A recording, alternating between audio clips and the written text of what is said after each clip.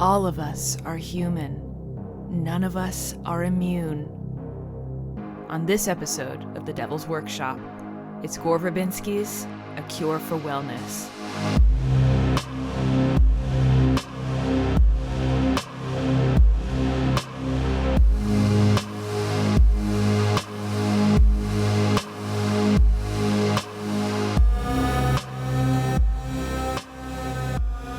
Hello, and welcome to the Devil's Workshop podcast. I am your host, Katie Oliver. And I am your host, Nick Oliver.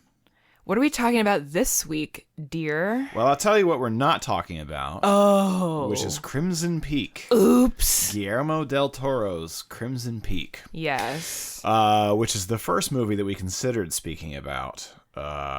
Which that's always a drag when you watch a movie set aside a chunk of the evening and you're like, oh, this is, I think we'll do this for the podcast when we watch it and we realize, oh, this sucks. See, okay. I just want to state for the record, I think this would be a viable episode for the podcast. However, I relented when you turned to me 20 minutes into the movie and said, I hate this so much. I can't do it. Yeah, so Crimson Peak, the problem with it for our purpose, I think that what really stood out to me was the dialogue.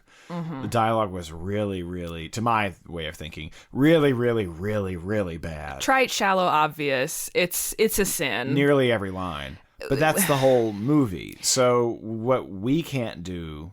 we're sort of trying to fix a movie from a bird's eye point of view, slightly. We're not that far up, but I'm going to say that we're drone's eye point of view, right? We would try to be as close to the action as we can. And I sometimes in doing revisions will even write out some dialogue and some scenes that where important I think it's really moments called for. Yeah. But what I can't do, or what I'm not willing to do, would be more correct. What I'm not willing to do is sit down and write a whole new script for a movie with all new dialogue, which is what that movie, to me, was asking for. Well, and ironically, I mean, clearly that is the job of the writer in the writer's room, but that's not the kind of structural revision that we're talking about here. And the sort of narrative balancing of scales. Right. Not in the confines of a podcast. Can we do something like that? That's worm's eye view rather than drone's eye view. Yeah, you're really in it at that point. Yeah. So, as a little bit of an aside, I think I may just not like Guillermo del Toro's movies. Guillermo, I'm so sorry. I'm a fan. I'm a fan. Well, and I've never seen Pan's Labyrinth, which is the big one. You gotta get in there. Yeah. You gotta see that one. So, which I've seen lots of his movies, so I'm missing the big one, but I've seen lots of like B and C tier.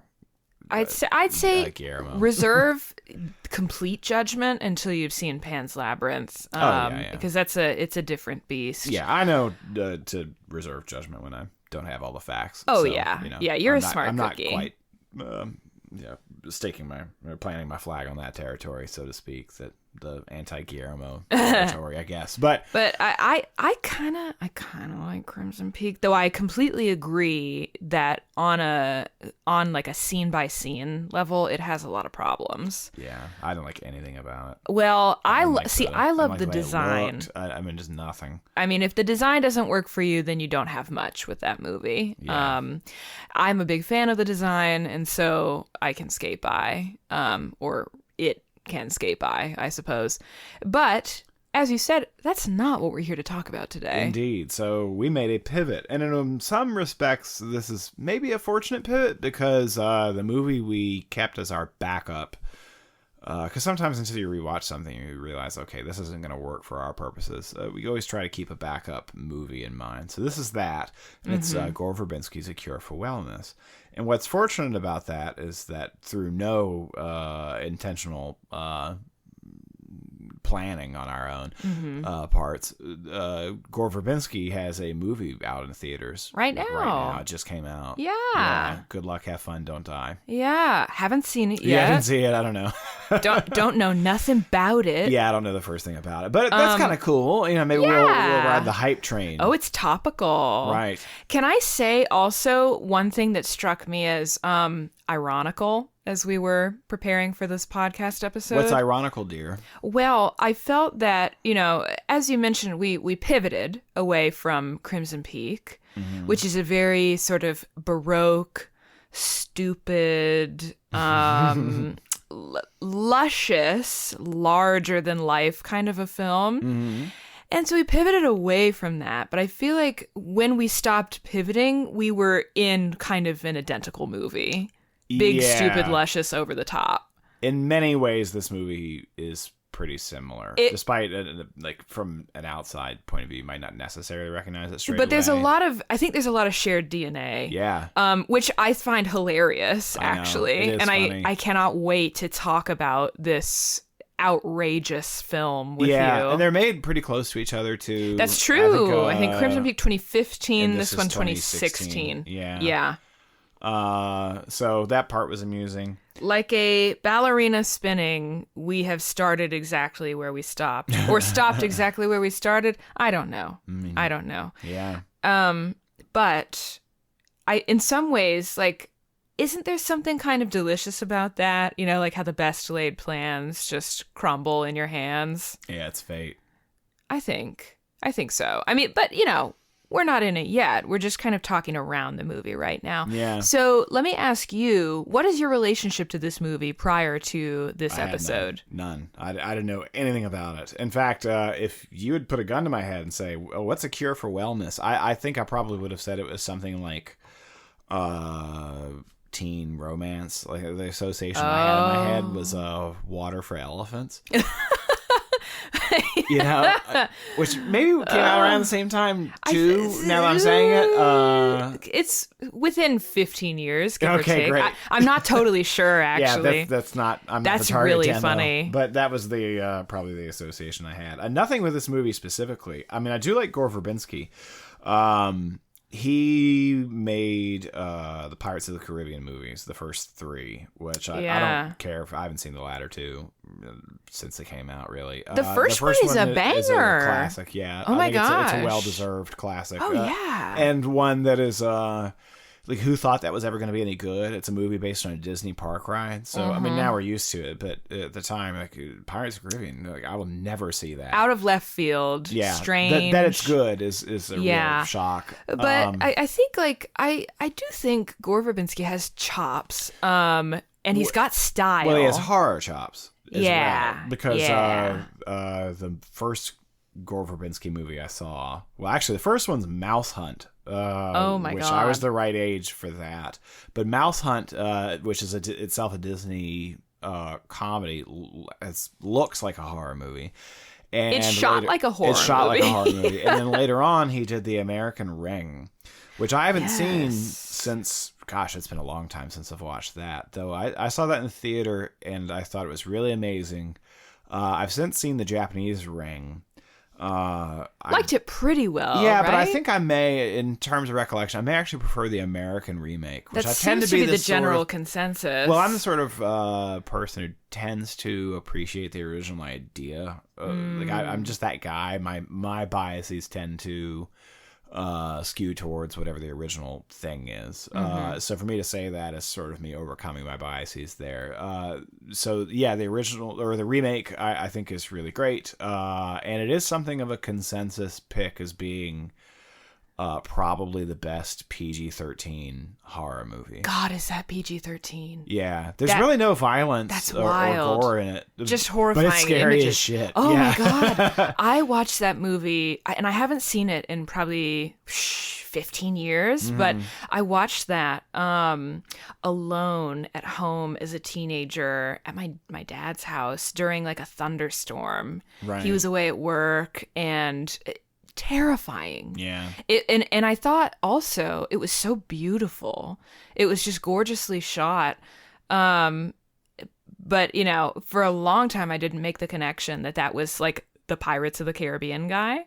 Though it kind of tracks now that I'm thinking about it as an elder. Pirates and stuff, that element runs through that movie too. Yeah. Well, and for my part, specifically referring to A Cure for Wellness, I had also never seen this movie before, but I remember seeing the trailer probably in the theater for something else. I can't remember what at this point, and being kind of enraptured by it, like totally captivated and really wanting to see the movie for years and years and years. And just it being one of those objects that, like, you know, it just gets away from you for a while. Sure. But the trailer was so striking, you know, shots of Mia Goth in the eel bathtub and Really a pre-fame Mia Goth. Yeah. And just thinking like, God, how interesting this looks.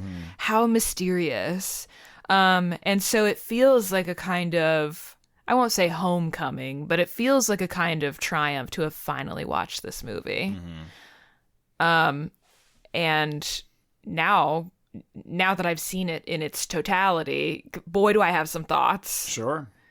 Ready to get into them? Almost. Once you tell me, where is this movie streaming? Well, that's kind of a complicated answer because the only place to get it for free is Cinemax, which I think is not a streaming service all on its own. I think it's an extension you can add to your Amazon or your Apple TV. You can only access it from a Marriott. Right. So you can't get it directly for free. It's not included with something. You can rent it, of course. God, buy a DVD, you Philistines. You get it on Laserdisc. Betamax. All right. Now let's get into it.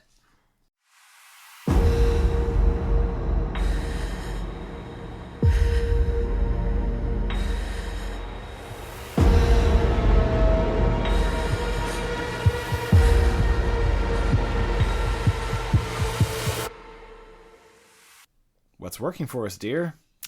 Yeah, okay. Can I, in my usual style, give kind of a disclaimer that I'm going to have like 4 things that are working for me and like 50 things that aren't.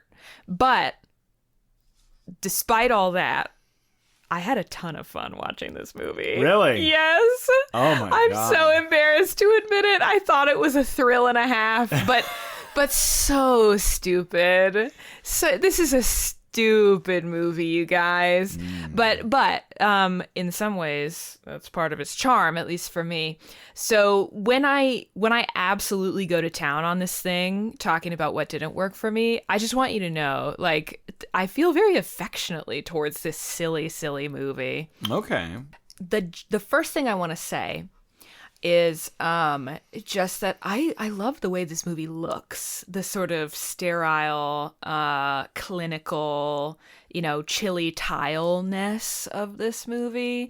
Everything looks like it feels like a cold bathtub until you get to the sort of latter section of the movie, which sort of is subterranean, slimy, cavernous, dank. It pleases me on just a lizard brain level. Yeah. I just like the way this looks. Everybody seems to. I can't really share in that with you, but I'm Can you see why? I'm something of an outlier on this one, I think. The problem for me is that I have enough other problems with the movie that I can't get pulled in by that. Sure. Like everything else, I have so many other things, which it's hard to talk about this in the section of the workshop where we talk about what's positive. So I have to be straightforward and say I have a lot of problems with this movie that we won't get into. But like those problems are sufficient that it hampers your enjoyment. Yeah, like so many things are holding me back that it's hard for me to be embraced by any element of it. Oh, sure. I think that's fair. But I hear you. Yeah, like I'm definitely an outlier. And in fact, I think this really does correlate to our prior conversation about Crimson Peak, where I'm very moved or interested in the design choices of that movie, whereas it doesn't work for you.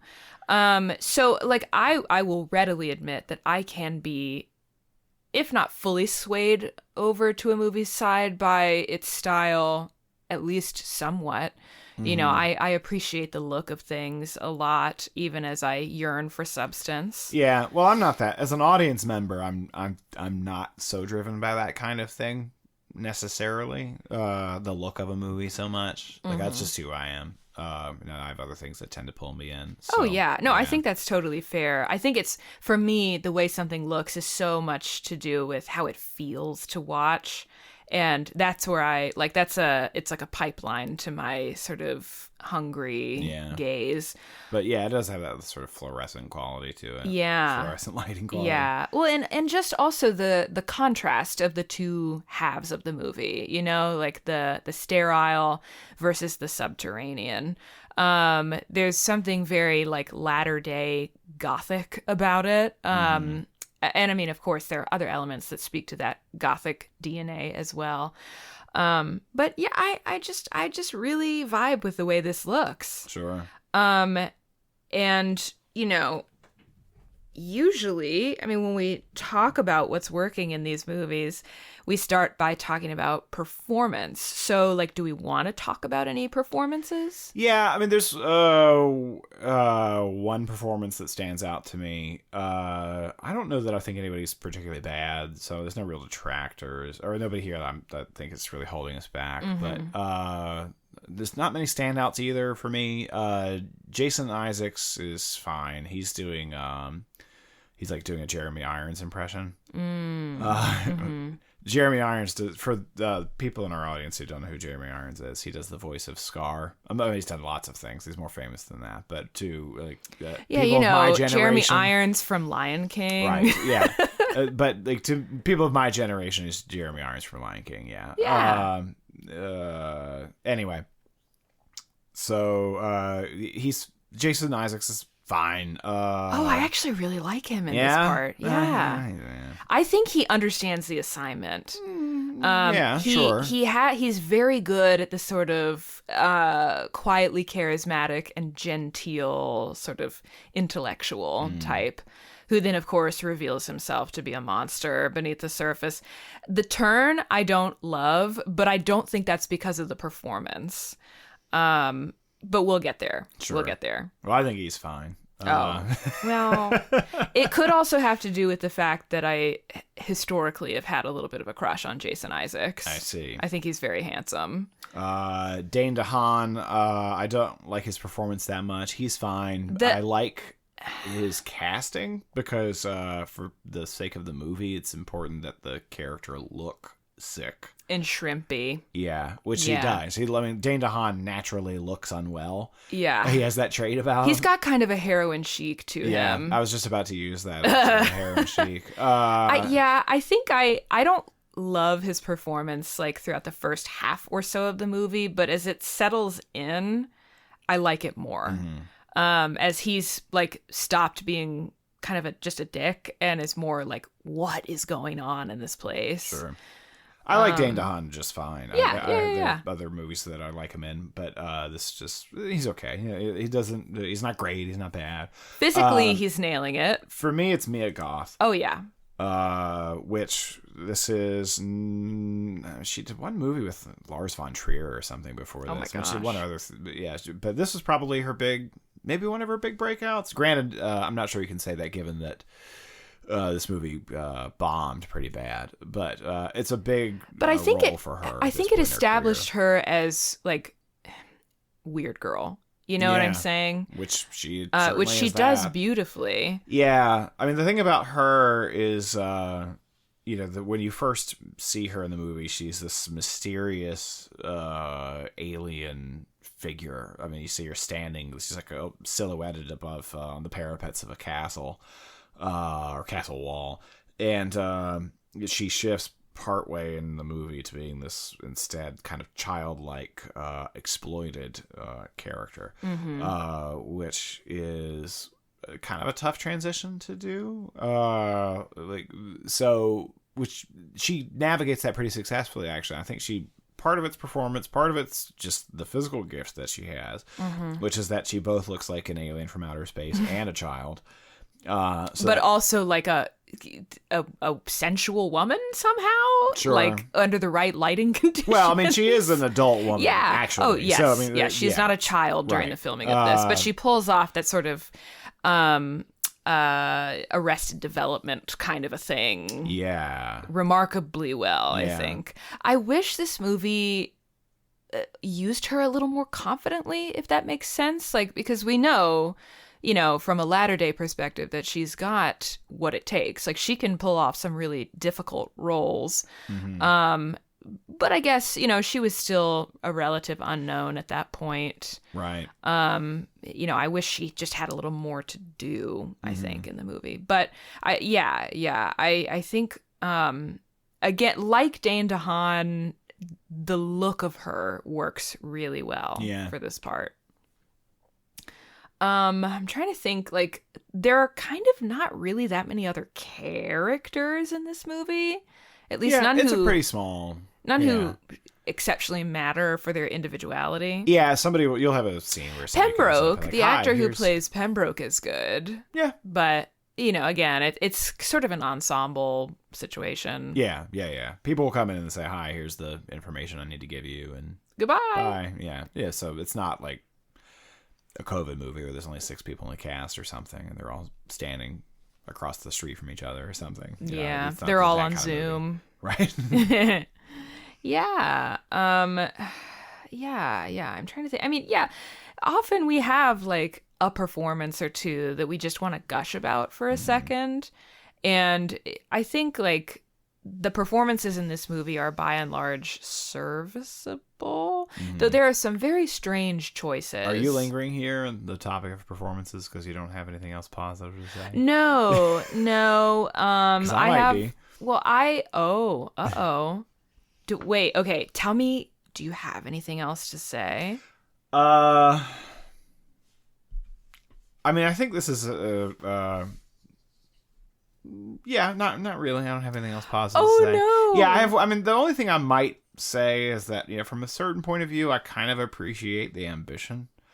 This movie's a big swing for sure. Because, what we're dealing with here is you have all these different elements. You have an attack on the corporate finance world, the 80s style Wall Street sort of sphere. You have an indictment of the wellness movement that exploits, in this movie's presentation, that very same group of people. Then you have eugenics. Then you have arguably some Lovecraftian elements to the movie, and all of that is told in the shape of a mystery. So, like, the movie is kind of taking on a lot. Yeah. If I really, really, really step back, you kind of say, like, oh, well, hey, I admire the attempt, because it is a lot to take on. I think that's all that stuff's to the movie's detriment, to be clear. It is really too much. Sure. But still, that's something. That's kind of cool. Yeah. I guess. Well, and I think, like, I'll kind of second what you're saying, just to say that, like, I think if this movie is making any sort of cogent critique of anything, it is sort of holding up this world of like the castle in the Alps that has been transformed into a luxury space for like the pursuit of health and recuperation and wellness. Like it's kind of saying to me, like, if you peel off the surface of that, it's the same history of exploitation as you see in Wall Street, or as you see in this sort of new world corporate landscape. Like, they're both kind of like disgusting and ruthless and parasitic. That was one direction I considered taking the revision, was paralleling those things. Yeah, and I think like the movie sort of like flaps its hand at those ideas, but it doesn't come out swinging hard enough. Yeah. I think it gets in some ways too invested in its own imagery to really say much. And again, as you have said, I appreciate the ambitious quality of that. And I think it's doing some nice things tonally that start to prepare you to receive that message or that critique. But the end of the movie loses, or else it kind of gladly gives way to like a new tone that's just more kooky and off the wall and gross and stuff. And I'm like, I feel like it kind of fizzles out at the end for all that it tries to go big. But I I like the bones of this movie. And I don't know. I just had a lot of fun watching it. 'Cause it's like, it's so dumb. Great. Is that a compliment? No. Let's say that it is. Let's say. You can say that. I'll say that it is. Yeah, all right, you're saying that. Okay, I'm not saying that. All right. I've done all that I could. Mr. Verbinski, I'm so sorry. I've done all that I can here. Should we talk about what isn't working? Yeah, let's do it. All right. I want you to take the lead on this one. Oh, happily. Almost literally everything, I think, doesn't work about this movie. No. Yeah, I think this movie misses the mark almost completely. Ooh. So I don't. You can kind of see. You're sitting across from me. You can see my notes, and they're structured in a way that they're not usually. Because normally I have bullet points. And I kind of riff on them. And as I was, I come into it with a list. Like, here's my bullet pointed list of all the things I think are wrong or could be fixed or something. Whereas this, I feel so strongly about it that I essentially just started ranting. Oh my god. And so what I have here instead are paragraphs. Wow. That I'm just going to read. I'll just pick one and I'm going to go with it. Yeah. So I'm going to go from the top and you can jump in. Yeah. I don't want to just dominate the whole space. But my first paragraph of my rant, written by Nick Oliver. This is part 1 of a 10-part series. The mystery elements are completely mishandled. Some of the finer points of the mechanics of how this is working are things you could not guess, pumping the victims full of eels and draining them dry of their quote-unquote vitamins. But the director, Vollmer, is obviously the Baron. And as soon as you know about the fetus, you also know that it's Mia Goth. Lockhart is immediately suspicious, but in all the wrong ways. It's one thing to think that the retreat is a scam, parentheses, it is. But it's another thing to hear about something having happened 200 years ago and thinking that it has some bearing on today. The movie then can't figure out how to reveal the mystery naturally through the agency of its characters. Instead, Mrs. Watkins solves it off-screen, mostly using some kind of history book she already possesses when she is first met.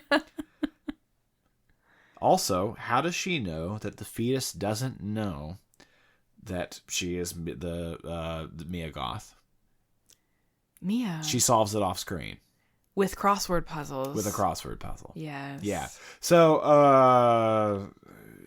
So, like, I tend to find this thing specifically annoying. So, of course, in the movie, it turns out that the villain, the director of the wellness retreat, is also the noble baron who was oversaw these lands. The depraved, incestuous baron. Right. Who the peasants burned alive 200 years ago. Well, somehow he survived. Which immediately you know that's the case, right? Like, as an audience member, you're like, oh, well, that's the baron. Right? You know right away. Okay, yeah. So there's no mystery to be had once you get that information about that particular thing. So, which can be okay because you have mysteries, you have other mysteries that you're wrestling with, or you can have that. What are they doing? What do they want? How did this happen? That can be the mystery rather than who is this guy. But Lockhart walks in there and he hears the story because he's driven up. The driver tells him, let me tell you this crazy story about what happened 200 years ago. And so he goes into the retreat and he's pretty quickly, like almost immediately, he's like, does this have any bearing on what happened 200 years ago? Yeah. Now imagine if somebody were to come to Virginia and they'd say to you, this situation's pretty weird. Does this have anything to do with Abraham Lincoln? No, it doesn't. It doesn't have anything to do with Abraham Lincoln. Like, why would you go directly to that? Like, that's not... There's yeah, no, you're so right. That irritates the shit out of me. Well, and there's a moment in the film, it's like early on, when Dane DeHaan's character is sort of starting to interrogate Vollmer. And, Vollmer's like, the Baron, like, really loved his wife and wanted to cure her illness. And Dane DeHaan just goes like, yeah, loved her like a sister? And it's like, why are you throwing this at this man who has nothing to do? Like, he's the descendant, theoretically, of the Baron, but it's not his fault that he was, you know, doing some naughty sister loving. Right. And like, why so pointed? Why so aggressive? Yeah. Dane, take a Xanax. But the fact that the mystery that so we it's a challenging movie to watch because Lockhart goes about solving this mystery that the audience already has. Like, okay, we have to just wait for this guy to put it together. Even though he's immediately suspicious, but he doesn't actually figure it out until the very end. But he doesn't figure it out. A different character altogether does. And literally, when you see her, so the first shot we actually catch her, I noticed this on rewatch. The first shot is, there's that shot where earlier when Lockhart is, he collects the croquet ball from near the culvert grate. The culvert grate, thank you. And later on, he's looking out the window and he sees this character, Mrs. Watkins, Victoria Watkins, holding the history book, interrogating the man who the is groundskeeper. Who he's putting bricks in front of the culvert grate, and she's holding the book up, the history book that she has somehow, and asking him questions about it. And he's like, I don't know, I don't speak English, leave me alone. So she just has this the whole time, and so she selectively reveals information to Lockhart, which is that's it. That's the whole mystery. Like, he doesn't do any detecting or solving. She just doles out information. But it's also like slight variations of information. So it's not. I think initially they say, oh, he burned the peasants wanted to burn the Baron and Baroness alive because they wanted to have an incestuous marriage. And then she's like, oh, no, it's not that. They burned them alive because they were killing peasants, which later on is, no, it's not that. They were doing this because of that. No, it's not that. It's not additions to the information. Right. It's refutations of the information that have been given. Yeah. So it's not that they're experimenting on peasants. Is that they had a child born of incest. They weren't doing it for this. It was because of she was trying to get pregnant. She wasn't sick. She was infertile. No, she wasn't. She was pregnant. No, she wasn't. There's so much. There's a lot of that too, and which is frustrating. I think I could have enjoyed that if it was handled in a slightly clever way, like the idea of like you always have the wrong story, or like you're always missing some crucial piece of information, like the two characters or something are researching off in their own ways, and they keep coming together and joining, like putting their heads together and making new discoveries or something. Like, that could be fun. That could be interesting, especially if the movie decided to leverage the audience's knowledge against what the characters know. Like, if there was a dramatic irony thing, like, of course we know instantly Mia Goth is the fetus and Jason Isaacs is the Baron. If we know that immediately, that's okay. The movie can put the thumbscrews on the characters for not figuring it out yet, and it can be tension making or anxiety inducing in the audience because we know something the characters don't.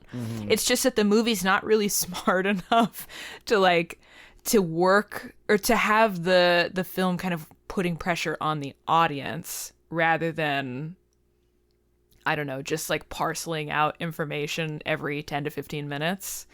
It's a shame because I think that structure kind of could have worked, where it's like oh, I think I know what's going on now. Oh God, no, I don't. I've learned something new and it completely changes my understanding of the story. That kind of rug pulling can be exciting. Yeah, I mean, the problem with that sort of thing, yes, where that gets tricky is, something that it might be deliberate appears as something being mishandled when there's so many other things that appear to be mishandled. So at a certain point, you stop giving credit to the filmmakers and to the movie itself. Right. Like, it's asking too much of you. That only works if the movie as a container is very tightly constructed, I think. Which I think this is very much not. Yeah, I mean, because there are some mysteries that'll just run circles around you and that keep you guessing the whole time, and if it feels intentional, if you can sense the deliberateness of that structure, then it can be very exciting. But in a big sloppy Joe like this, when you're just eating a manwich and it's getting all over your face, it feels like an accident. This movie gets away from itself constantly. Oh, yes. Revealing things in an order that they couldn't have possibly taken place in. The things are revealed where I'm like, I have no idea how this character knows this. I have no idea how one scene transitions into the next. I mean, there's a lot of... I don't know. Would we call them continuity errors? Well, there's...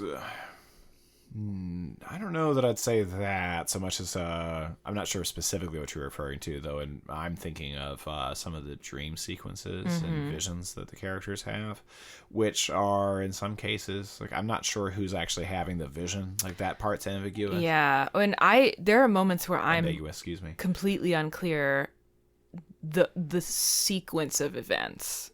Like what order things happened in. Right. Because the movie presents it in such a way as to suggest that it's one thing, but based on the, like, where people are, like what country a character is in at a certain time, it couldn't have happened in that sequence. Right. So you're referring to the flashback where the mother dies? Yeah. Like, why give us those pieces completely out of order? Why? Agreed. Yeah. Don't tell me it's for dramatic effect, because it doesn't work. It just makes me feel confused. Yeah. Yeah. Can I give like a highly subjective critique? Sure. Okay. This is personal. Okay. It's very individual to me, but I really wish that they had chosen a slightly different time period for the events of the past to take place agreed. in. Yeah. You do? Yeah. Oh, that's good. That's not highly personal. Well, you might be doing it for personal reasons. 200 years ago is before eugenics, which is what this character is. Like, he's talking about the purity of his bloodline, which that idea just wasn't really... I mean, there was the Habsburg thing, but there is a more like scientific angle to scientific his approach. Racism. Yeah. It feels like eugenics, which that didn't come about until the 1870s. It's later. I think the reason they went with this timeline is because of... Well, my point of view on this is very cynical. I think they picked 200 years ago because the older it is, the spookier it is. So that, I think the idea that they wanted him to be a baron, so they thought that would be more credible further back. I think that's you're in Frankenstein territory here.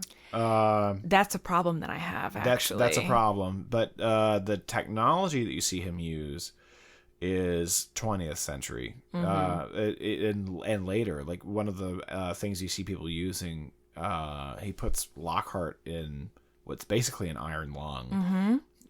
That's way later. So, like, it's at odds with the from 200 years ago thing. Yeah, well, and even the medical techniques that he uses, things like hydrotherapy, I believe were sort of marshaled in like the 1920s in early sanatoriums. Sanatoriums being health resorts, not sanitariums, like mental institutions. Right. See, it's so funny that you want this pushed a little bit later, like 1870s or beyond. I wanted it earlier, actually, for some specific reasons. I thought it would be more suitable to place the events of the past in the late 18th century rather than the early 19th century, because to me, that lines up with the heyday of the Gothic revival, where you have, mad, incestuous, dynastic European families cavorting around, killing their servants and the peasant folk and screwing each other and doing horrible things like that. But it also, that's the era of the Marquis de Sade. That is also the sort of point in time that gives rise to the era of heroic medicine, which is basically the period where practices like sweating and bloodletting really became prominent. And to me, I mean, it's called heroic medicine based on the kind of medications that were used, heroic medications, not because it was like a heroic form of medicine. It's kind of an era of comparative medical barbarism that thought it was modern and cutting edge. So the sort of, to me, that strand of like the accidentally brutal, or like the, you know, the treatment that actually devastates the body, like that just lines up really nicely with what the movie is exploring. And also like the images of things like leeches feel adjacent to eels and stuff like that. And granted, you know, that period of heroic medicine was still ongoing in the early 19th century, so it's not wrong or anything. I also felt like, you know, late 1700s, there's also this sort of burgeoning anxiety surrounding like peasant uprisings, the downfall of monarchies like the French Revolution, and of course Switzerland and the Alps being a close sort of neighbor to France. So I was like, I just think that would be cooler. And even Frankenstein is set in the 18th century. So, you know, even though it was composed later on. So I was like, I just think there's more affinity if this were the timeline. But I can also see your interpretation of like the rise of deliberate medical eugenics and like medical racism and stuff. Yeah, so I didn't do this, but I considered setting it in the 40s or 50s. Sure. So much later. Yeah. And making Vollmer, either just a eugenicist, because that was that still existed at that point, or a Nazi himself. I considered making the peasants who initially set them ablaze to be refugees who escaped from Germany into Switzerland, neutral Switzerland. Sure. There were many, but thinking that was a group of people he could have exploited, because refugees going missing is not, well, they're refugees, they're all missing. It's a class of people that we could easily, especially at this point, disappear. So I consider that as well. I think there's a lot of there are directions you could take this. I think that one they went with was the worst among them. It just feels kind of non-committal to me, like, oh, it's old-timey, it feels artificially, they just picked it. But if you move backwards or forwards in time, there are some really interesting sort of symmetries that you could play with. Like even, Vollmer's line when they're extracting or drilling through Dane de Haan's, I keep calling him Dane de Haan, I'm sorry, Lockhart's front tooth. And Vollmer is like, oh, we don't use chemical anesthesia or anything like that because it's bad for the body or whatever. Like that's a eugenics practice.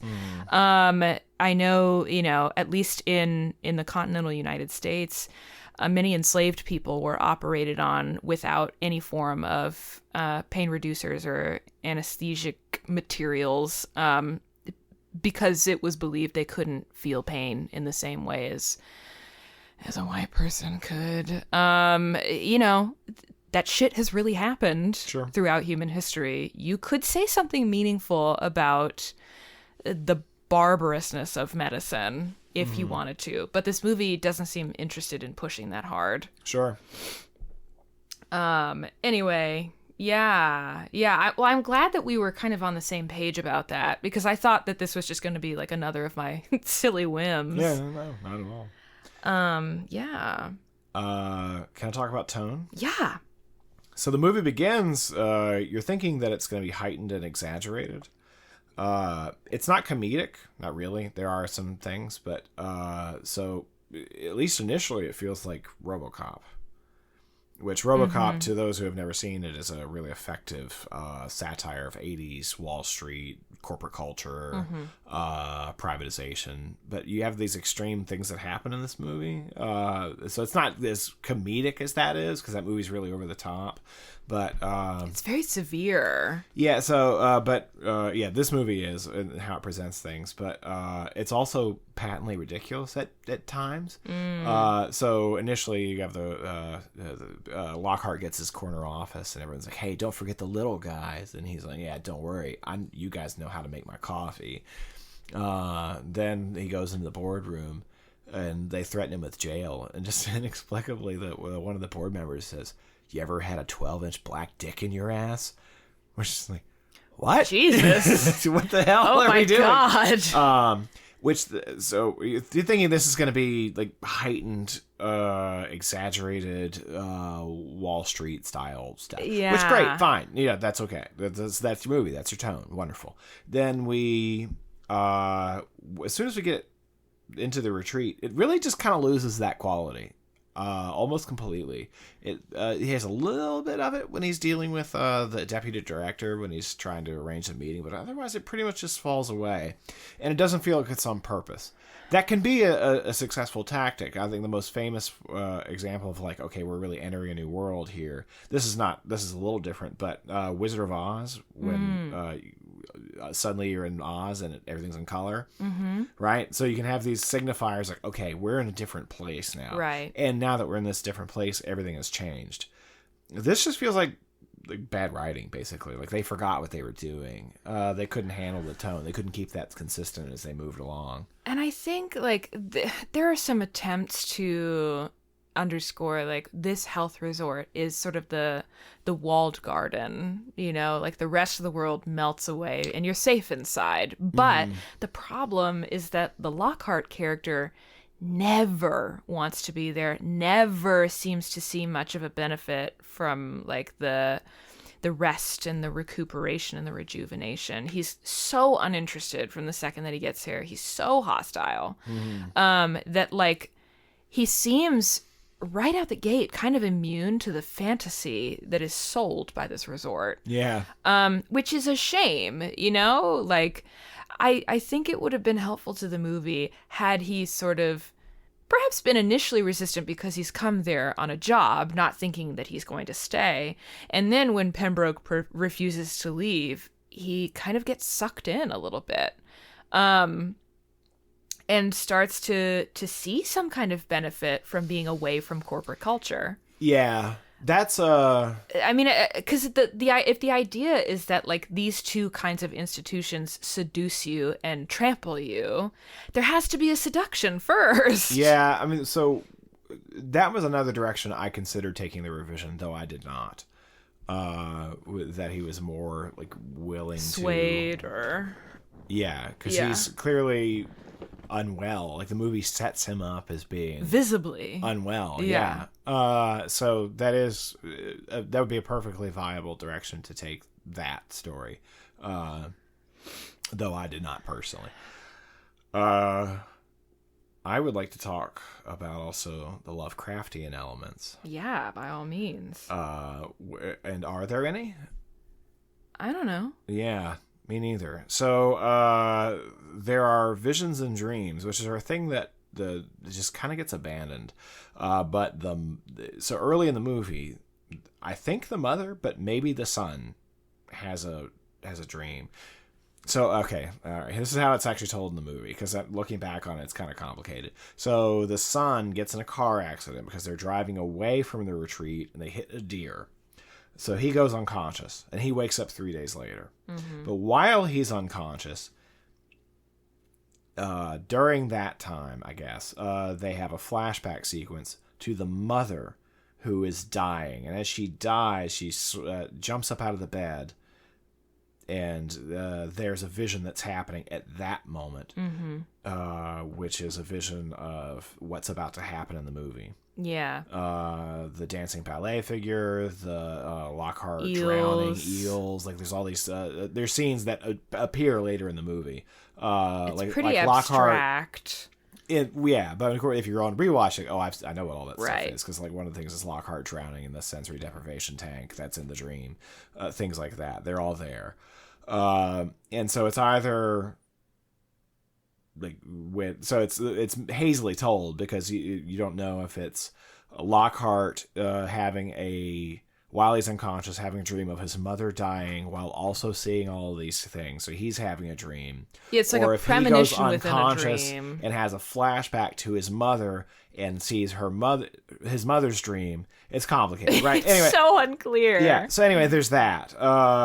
So that vision happens, and she's like, "Oh, you're not coming back from that place. You're gonna die there." And he's like, "What are you talking about? I'm going to a wellness retreat, right?" Like she knows something, right? Through some means. Okay.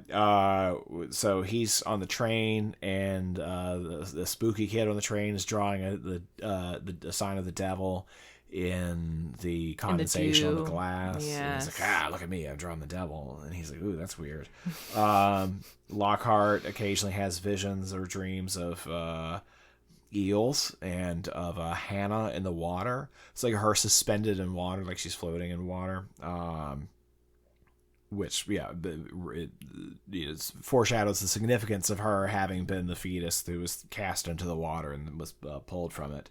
How is that happening? What world are we in here? Because these things eventually just get abandoned altogether. Why is everyone vaguely psychic? So are people just like, what is this world? Is this a magical world, or is this a scientific world? Yeah. Because after the first 20 minutes or so, maybe 30, that's just completely gone from the movie. Well, it's and we're in a perfectly scientific world where somebody is using scientific techniques to extract medicine from an organism, using scientific technology. Like, all of that stuff's completely gone. Completely. Well, and they could have gotten away with it because, when he is submerged in the sensory deprivation tank, they say sometimes the waters, or like the toxins leaving the body, induce hallucinations. You could show anything you want at that point, and it be ambiguous. Like, is this really happening? Is this a vision? Is this a hallucination? Like, to what extent are we seeing this? And is the character seeing this? But it's like they couldn't resist and had to pepper in some other stuff. Right, because it's elsewhere. The things that could be hallucination and in contexts where hallucination would make sense, cease to make sense. It's too much. Well, and also, if I can stack some questions on top of your very good questions, what is this cure? What does it do? Does it kill you? Does it rejuvenate you? Does it put you into a state of suspended animation? Under what conditions does it do any of these things, and why? Why does it do this to some people and not others? Why not all the time? Why only sometimes? Like, it does not withstand any kind of scrutiny. No. Whatsoever. I found myself frequently confused watching the movie. Yeah. So I would like to also say this is just generally true of the movie. It's just not as smart as it thinks it is. No. So I have a lot of critiques that are of that type. Well, and before you get into them, because I want to hear them, just something that I kept like mulling over was like, I genuinely, and I say this without an ounce of humor or irony, I genuinely can't tell whether this movie takes itself much too seriously or just not seriously at all. I think the movie might be playing a big prank on me as I'm watching it. I cannot tell. I think it takes itself much too seriously. Okay. I think it thinks it's smarter than it is. Well, so tell me about this. Tell me about that. Well, it's a whole pile of things. So this is another thing. Every episode I have something like, this is the thing that just irritates me. Yeah. And it's always some trope, right? Nick's pet peeves. I know, this is my pet peeve. I hate gibberish masquerading as profundity. So you'll have somebody give some big speech. Like some screenwriters, they're like, yeah, this is good stuff. Nah, you can just see this is my Oscar clip. You can see somebody sitting and they've got their like mechanical typewriter because they think they're special and they're hammering away and they're like, oh, this is gold. They're writing it out. So Vollmer has a Lockhart in the iron lung and he gives this speech. Do you know what the cure for the human condition is? Disease. Because that's the only way one could hope for a cure. That's meaningless. That's gibberish. But it has the valence of profundity, right? There's like the setup and reversal. It has the sort of mechanics of something that means something. That's nothing. That doesn't mean anything at all. To me, it feels like some really like dummy's guide to Foucault. Like rather than... I mean, if you're looking at like deconstruction and French school stuff, like there's a lot of... I don't think they're doing that. But I mean, if we're using the example of Foucault writes a lot about the birth of the clinic. That's the name of a text, in fact, that he wrote, and like the advent of modern day medicine and how it helps us delineate ideas about like hygiene and cleanliness versus what is unclean. Like it is circling around some ideas, some That's significant ideas, but I think you're giving it an extraordinarily charitable read. Well, I don't know. I'm trying. Furthermore, the head salesman dies at the beginning while drinking water. And shortly after that, you're cut to the goldfish that's dead in the bowl. Now, in a better movie, so what that's meant to do is contextualize water as something that the audience is meant to be suspicious of. Mm-hmm. However, it's completely unnecessary, and in fact, it complicates it. It's not an effective tool to do that because, for one thing, the head salesman dies of a heart attack. It has nothing to do with the water. He just drinks some water, which is probably what I would do if I had the first, if I started to have heart pains. Oh God, am I okay? What's going on? Let me get some water. That's your impulse, right? The water is not suspicious, but the water's also in the United States. It's in New York. Right. It's American water. But it's completely different context. You can't take it in that way. The fish being dead in the bowl, all the same thing. Like where you can't interpret it in that way. But additionally, since this movie doesn't have any subtlety, it puts these things, like parks them right in front of the camera. So not only is it like, okay, you're trying to do this, you're failing at doing it, but you're winking at me the whole time. Right. So it's annoying. Yeah. Way too much in the forefront there. But because it's so in the forefront, I'm thinking about it. Like the best way you do that, that's supposed to be background stuff. It's supposed to be there if you're a really sharp-eyed viewer. You notice it, like, oh, look at that. Or it's the sort of thing that maybe you don't even realize that you're noticing it, but it's there in the back of your head. It's like that Red Letter Media quote, you didn't notice it, but your brain did. Yeah, that's what that's supposed to be. Yeah. So we have also the eugenics stuff, which we've already brushed on out of a big list of dumb things. I wondered if it was too close, if having it more recent evoked Nazis, which was like, okay, that's too much to take on in our movie. But if that's the case, why did he have Lockhart insult somebody by calling him Adolf? So that can't. So what's the thinking there?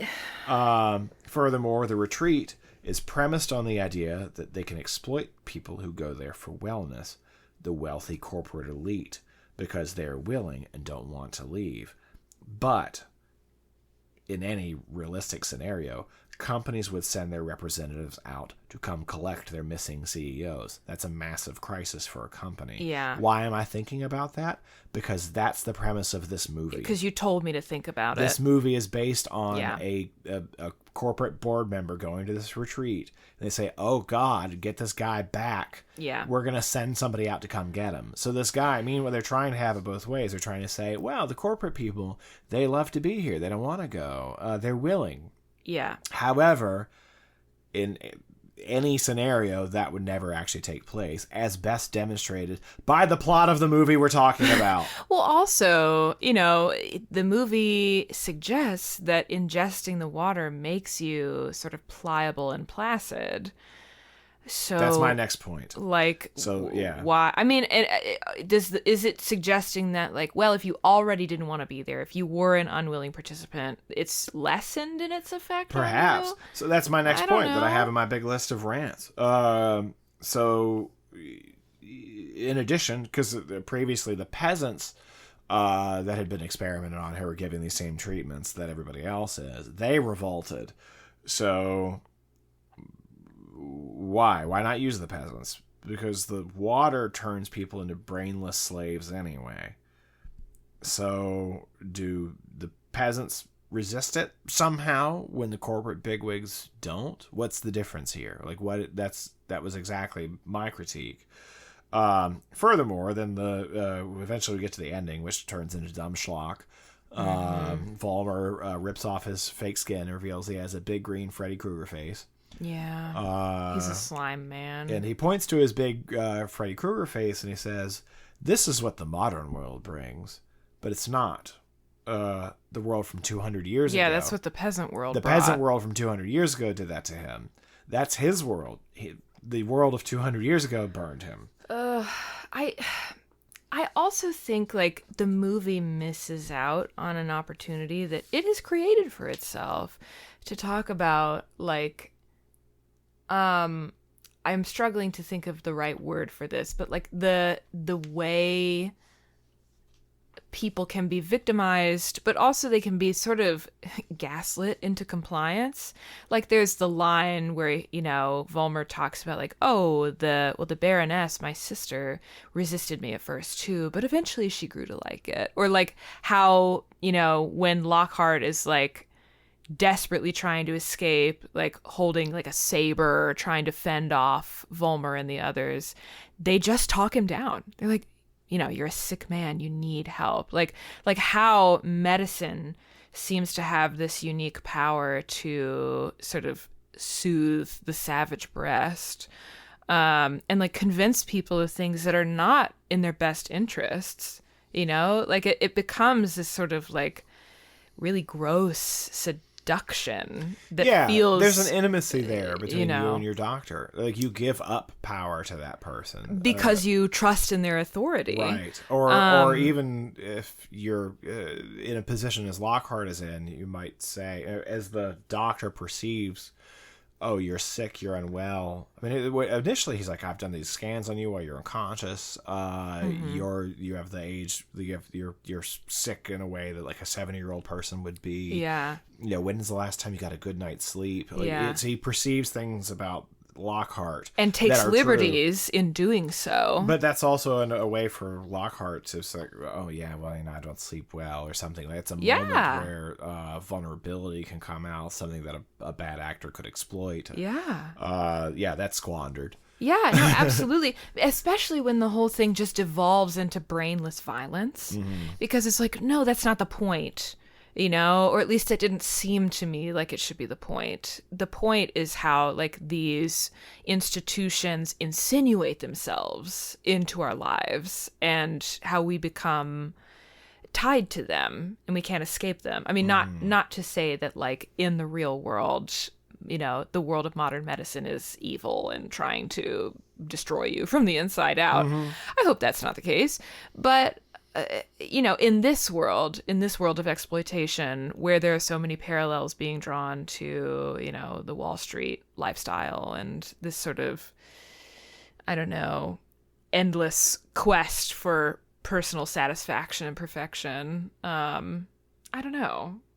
It takes the obvious choice. I wouldn't even call it that, because I feel like what we're talking about is more obvious. It's just that it's smarter, you know? Sure. It takes the stupid way out.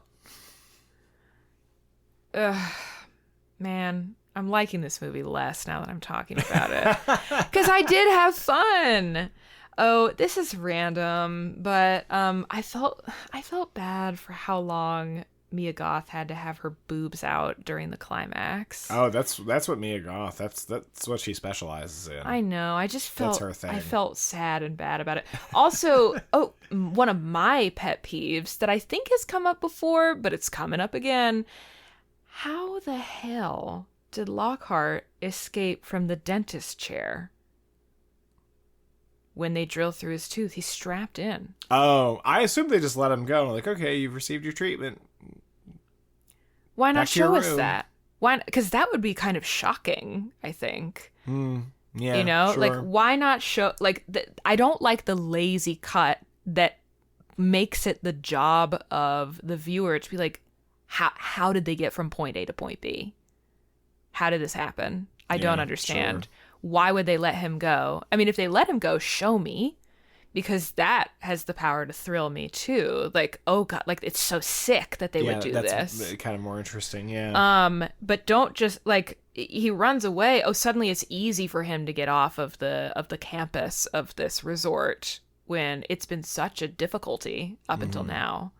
So like, what? I don't know. It's just like this movie has a couple of moments like that where it's like, hey, you get the idea. Right. It's like, well, no, you're the movie. You got to tell me what you're doing.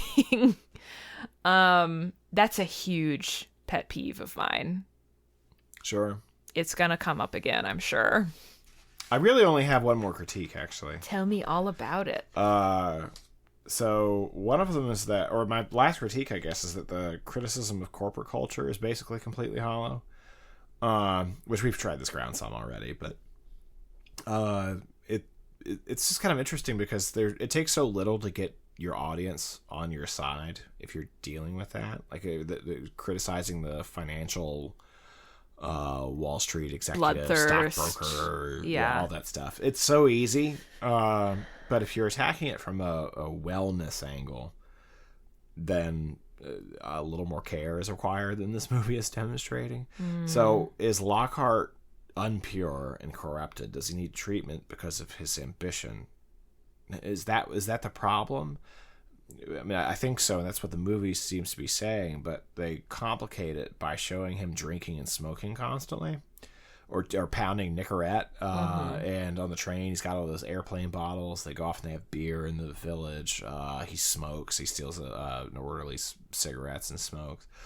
That's a distraction because those are things that are obviously very against the wellness retreat, their whole thing. So I kept thinking that's going to be a plot point. Like he's going to be resistant to whatever indoctrination they're subjecting everybody else to, because while everybody else is drinking the Kool-Aid, he's like smoking cigs. He's smoking cigarettes and drinking beers the whole time. Like I'm thinking like that's going to be relevant. Well, and then he picks up smoking again throughout the movie. Right. Yeah, because he was trying to quit. Yeah. Yeah. He's hammering Nicorettes when you first meet him. So he's drinking little mini liquor bottles. Yeah, mini liquor bottles. Yeah. He's going crazy on that. So I thought that was going to be relevant, which they weren't. Furthermore, the financial corporate aspects of his character, that you've seen that he's cutthroat, that he's willing to harm people. He's unethical. Yeah, he's unethical. He's willing to harm people to advance his own position. They're basically just abandoned. He doesn't really... pretty quickly, he just starts acting like anybody else would. In that. I mean, he's an asshole. Lockhart, he is an asshole, but other than that, like not in a way that feels specific to him being a Wall Street executive.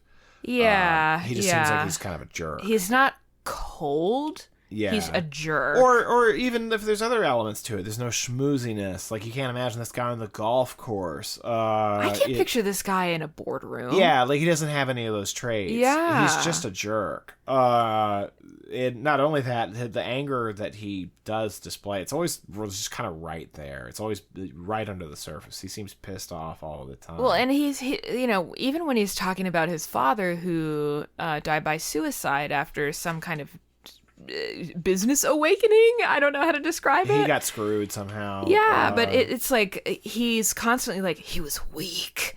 Like, what are you saying? Like, is this Darwinism or something? Like, right. what are we... It just felt very jumbled and muddled. But it doesn't... so Dane DeHaan is also a twerp. So you can't... I don't know, like that works against the character for me too. In that way, like you can't imagine him as being like. There's an image you have of that, like the tall, square jaw, blonde hair. Probably there's all these traits you described to the Wall Street boardroom. Yeah, guy. Raised on a golf course. He basically has none of them. I think I would have preferred a different shape for this character. Like, yes, maybe he does start out as an asshole in the beginning of the movie, but I think I could get behind this character more, and I would believe this character more if he was trying to fit in that Wall Street shape and failing to. He was overcompensating. Yeah. And then the resort kind of acts like this hard reset to his whole state of being, where he's like, oh my God, there's something way more important happening. Like, I can no longer care about the boardroom politics at play here because my life is at stake. And it's like, I think the movie tries to do that, but it's just not, as you say, it's just not as smart as it thinks it is. It's not executing those ideas particularly well. This movie's too long. Yeah, it's way too long.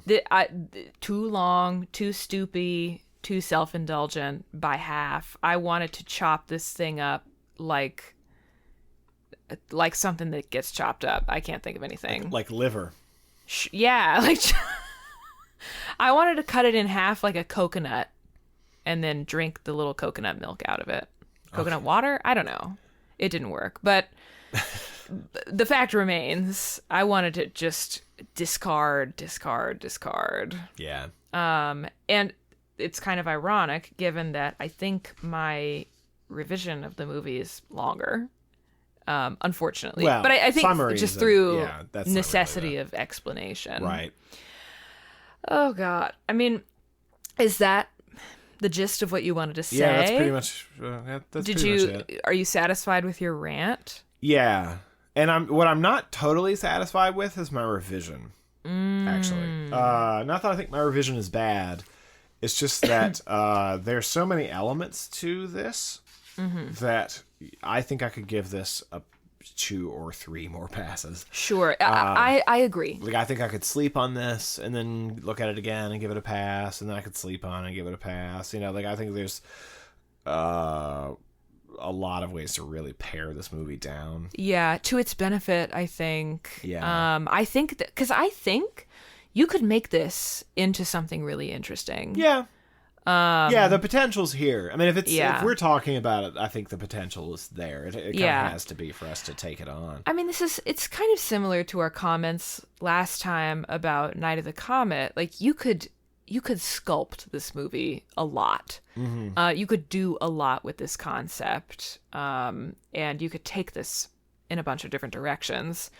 So I honestly can't wait to see what you have done. Well, but you want to get into it? I think we should. Okay. Well, if that's the case, then I'm going to go dance a wedding waltz in the courtyard of a burning building, and then I'll be back with my revision. Okay, yeah. I'm going to go grow a handsome new face in a petri dish, and then I'll be back with my revision.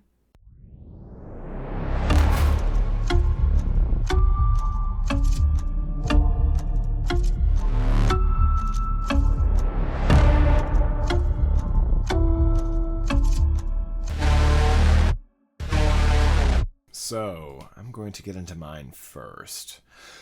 And there are a couple things that are worth noting about this. One is that, I mean, the movie is really rather slow. It's long. So something I can't really represent here, but there is a lot of, like, just faster editing that I would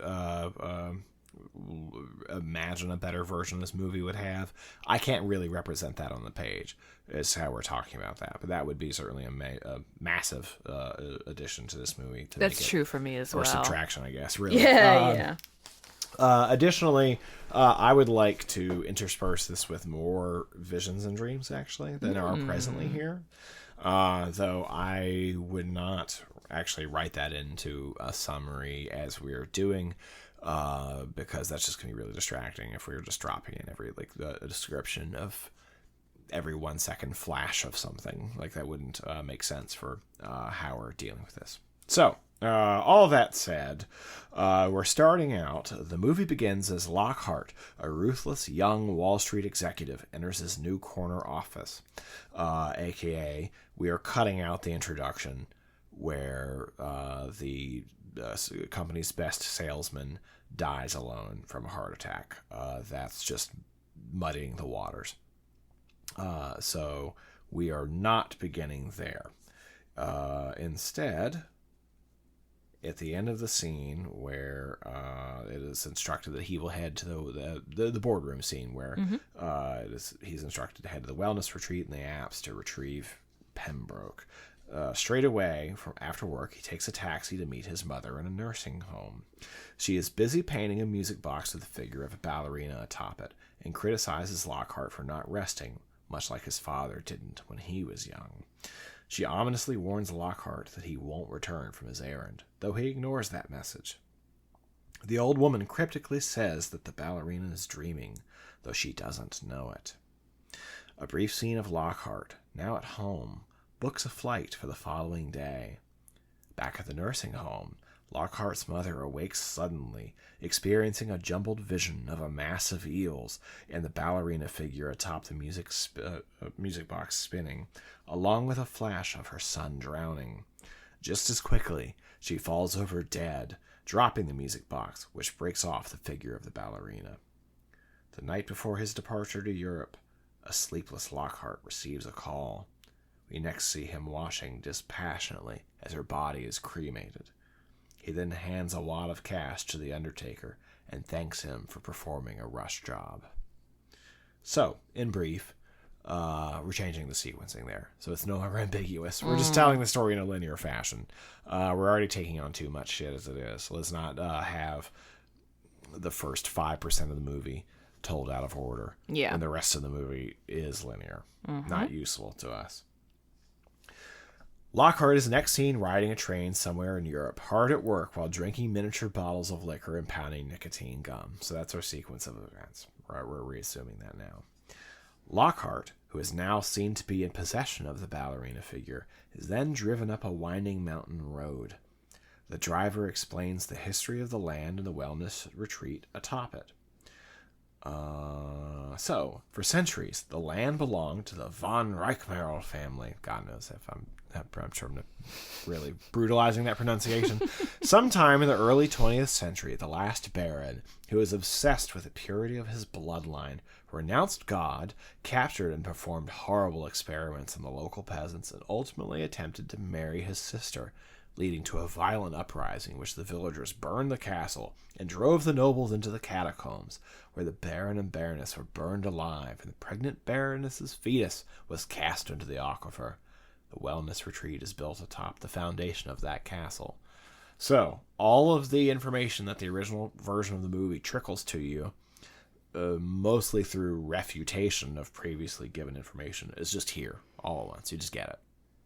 So. Interesting. Yeah. That's not the mystery anymore. Right. So, everything is the same. He steps outside. He tries to meet with Pembroke, and he is thwarted. He goes outside. He finds that he has no cell phone signal.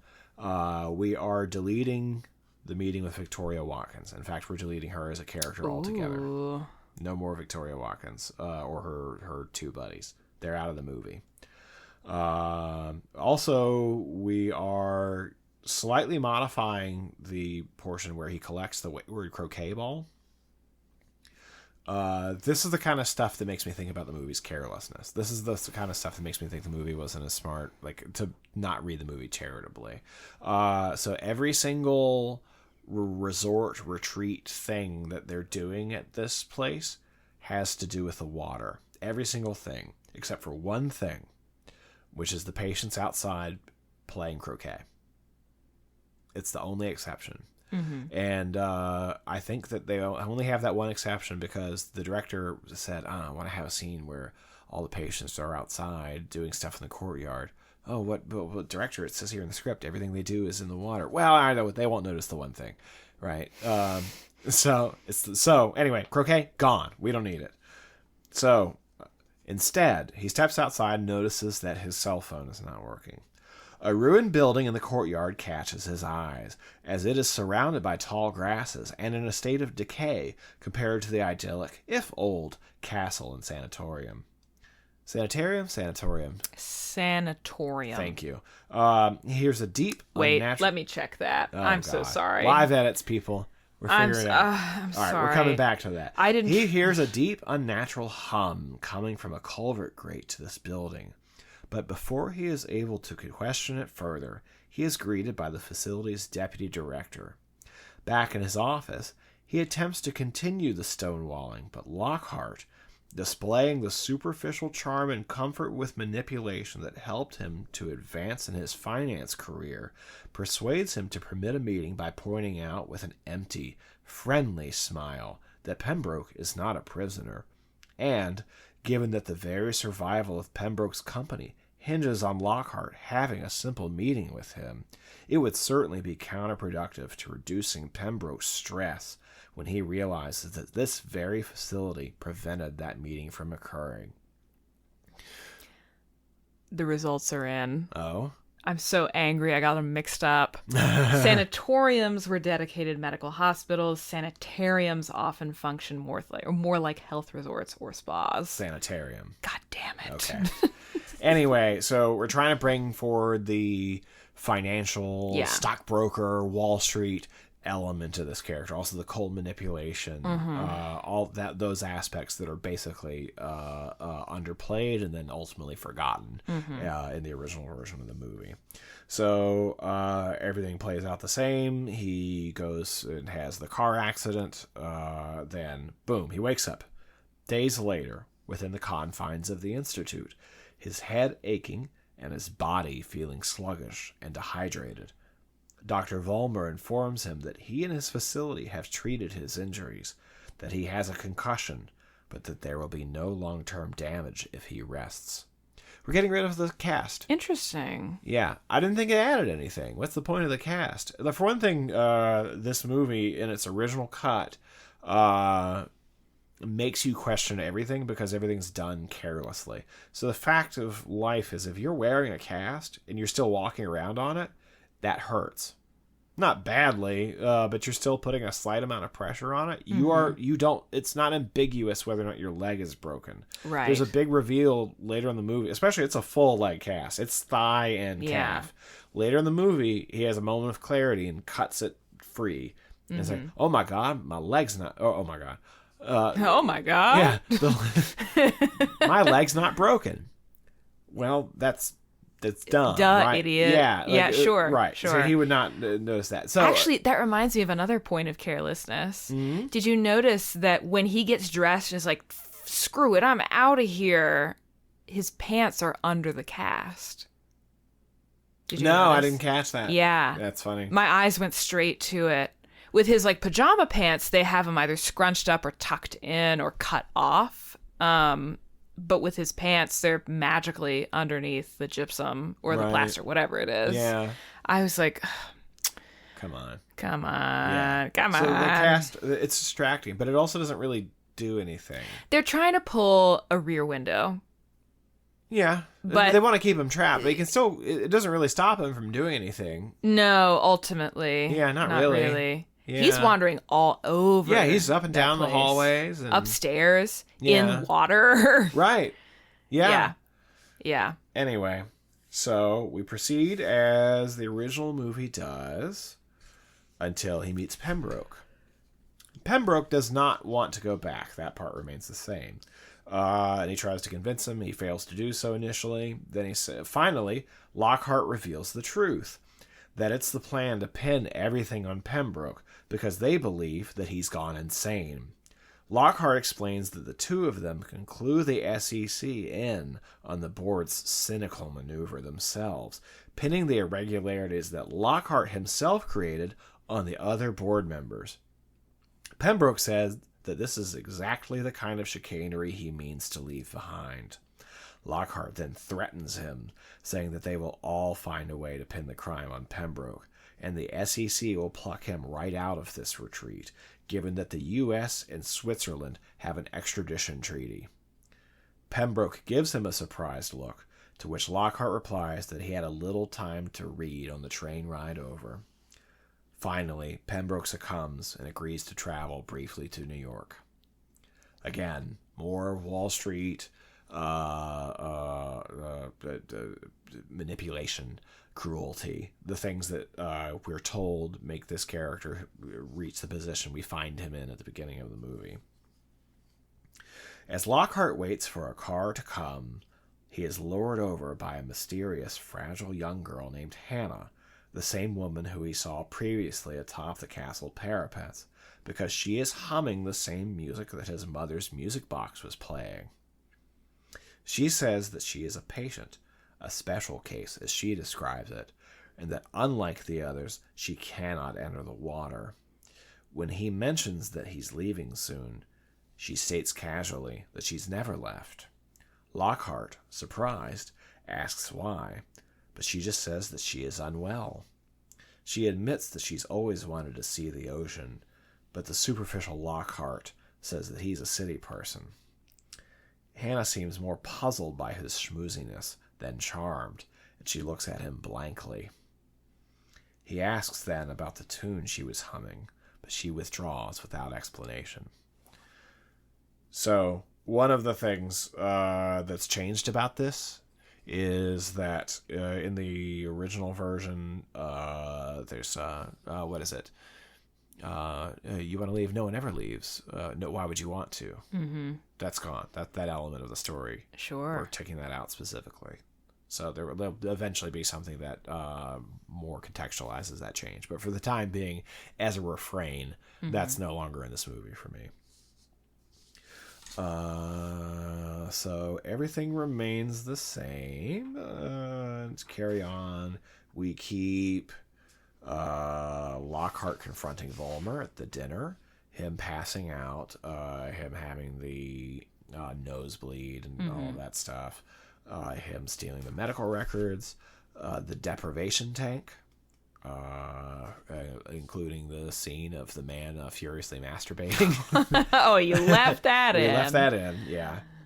I'm fine with things being surreal and strange when it makes sense, but or makes sense too. But you have to be credible in areas where you need it to be credible to accept things as being just bizarre. Otherwise, it's just a miasma of nonsense on the screen. So anyway, so back in the room. Lockhart examines Pembroke's medical records. He notices some dental x-rays which reveal that several of Pembroke's teeth are falling out. Then, I mentioned this not because something's changed here, is that part. What has changed is we are cutting the rattling from the toilet. That happens 2 or 3 times in this movie, eventually culminating in Pembroke seeing eels in the tank of the toilet. Lockhart seeing eels in the tank of the toilet, which he panics, pulls back, then opens the lid to the toilet and sees like just a little bit of eel tail like vanishing in there, and he freaks out and he rips the toilet out of the wall, which that's distracting because it makes you think, are people shitting out eels? What's happening right now? Like is that what we're doing? Are those doo-doo eels? What is happening in this opera? So we don't need that. Sure. That's not productive for Well, I purpose. kept it because I thought it was really important. Oh, well, if maybe your movie's about eel shitting, in which case... My movie's called Doo-Doo Eels, the movie. A film by Gore Verbinski. Okay, so... Sorry. Immediately following that scene would have been... a meeting with Mrs. Watkins, but she's no longer in the movie, so that's gone. So instead, the following morning, Lockhart attempts to investigate the area where he saw a body taken away, but the door is padlocked. He then notices Hannah atop a bicycle and approaches her, asking if he can borrow her bike to make the journey into town. When she asks for something in exchange, he at first has nothing to offer her, until it occurs to him to offer to take her with him into town.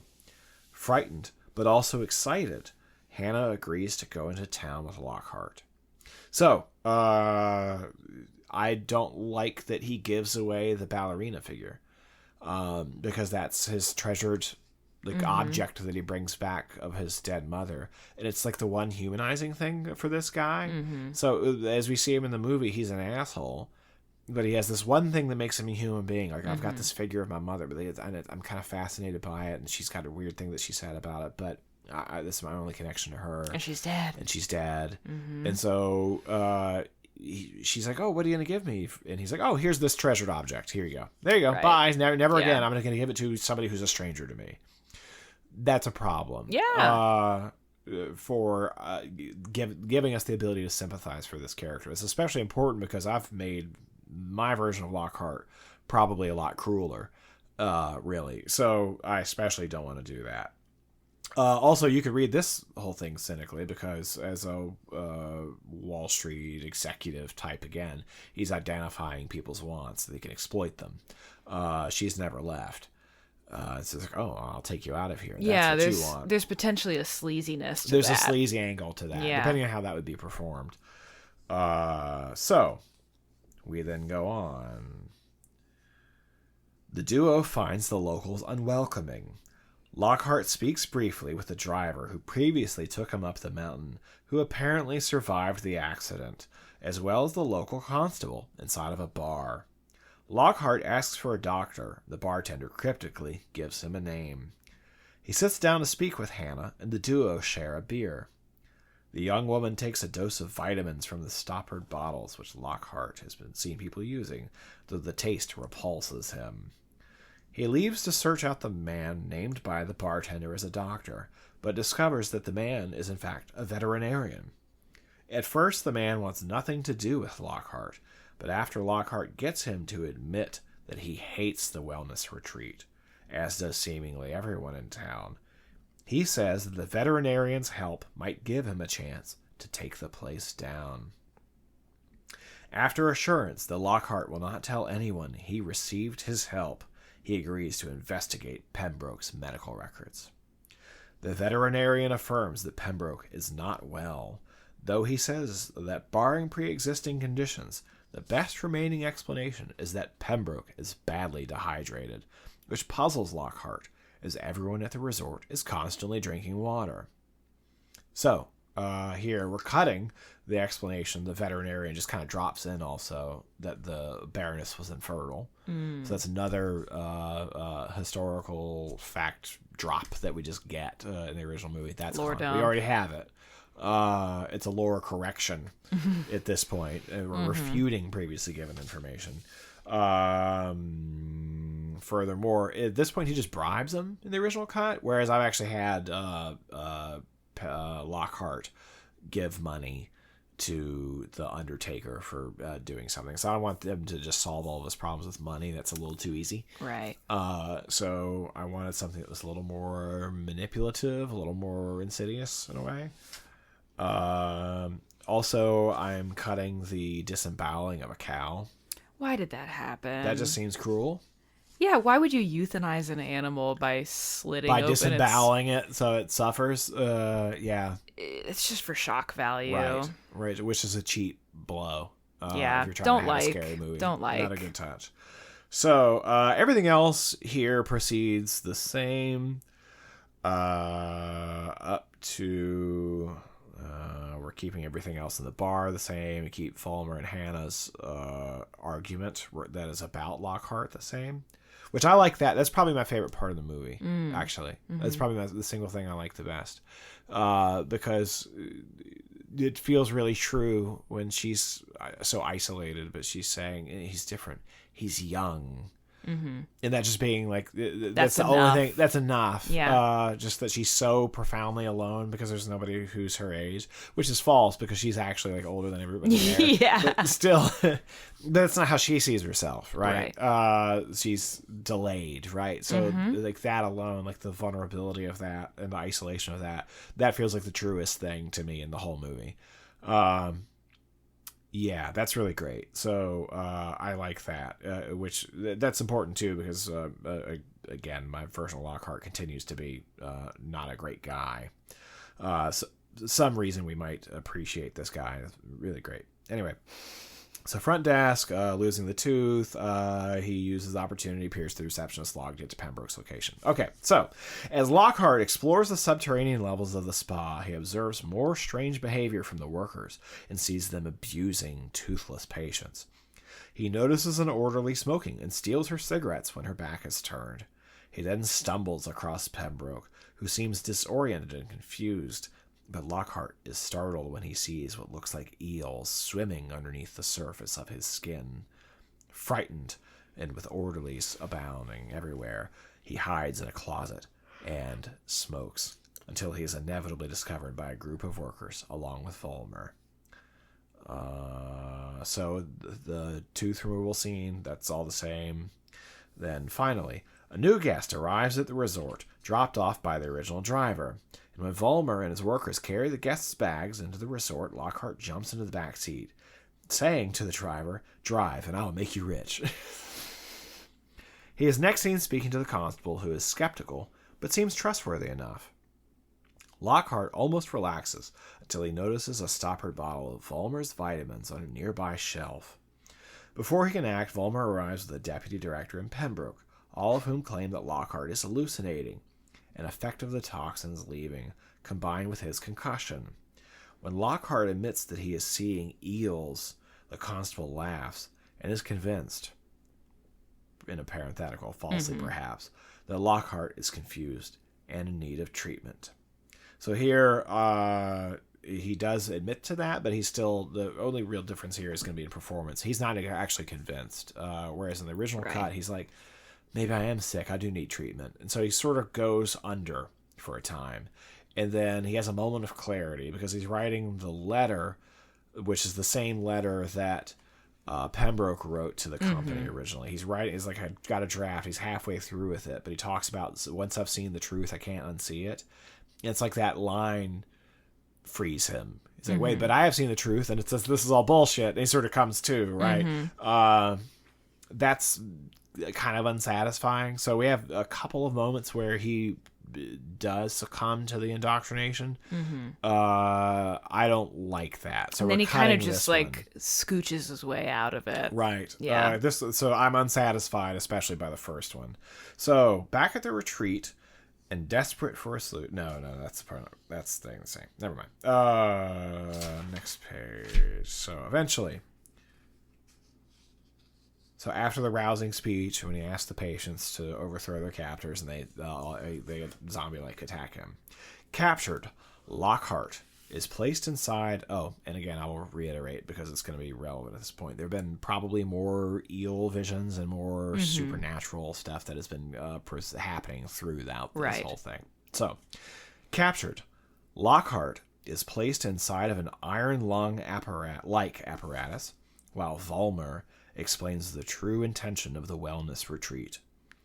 Volmer apologizes, saying that he failed to recognize that Lockhart's secret indulgence in vices, perhaps a brief flash to Lockhart's various scenes of drinking, smoking, and chewing nicotine gum, underscoring the frequency of this indulgence, would be useful here. All of this has made him resistant to treatment. Lockhart looks alarmed when he sees a funnel-like apparatus filled with eels. Volmer explains that the water in the aquifer is toxic to humans, as it is host to a parasite.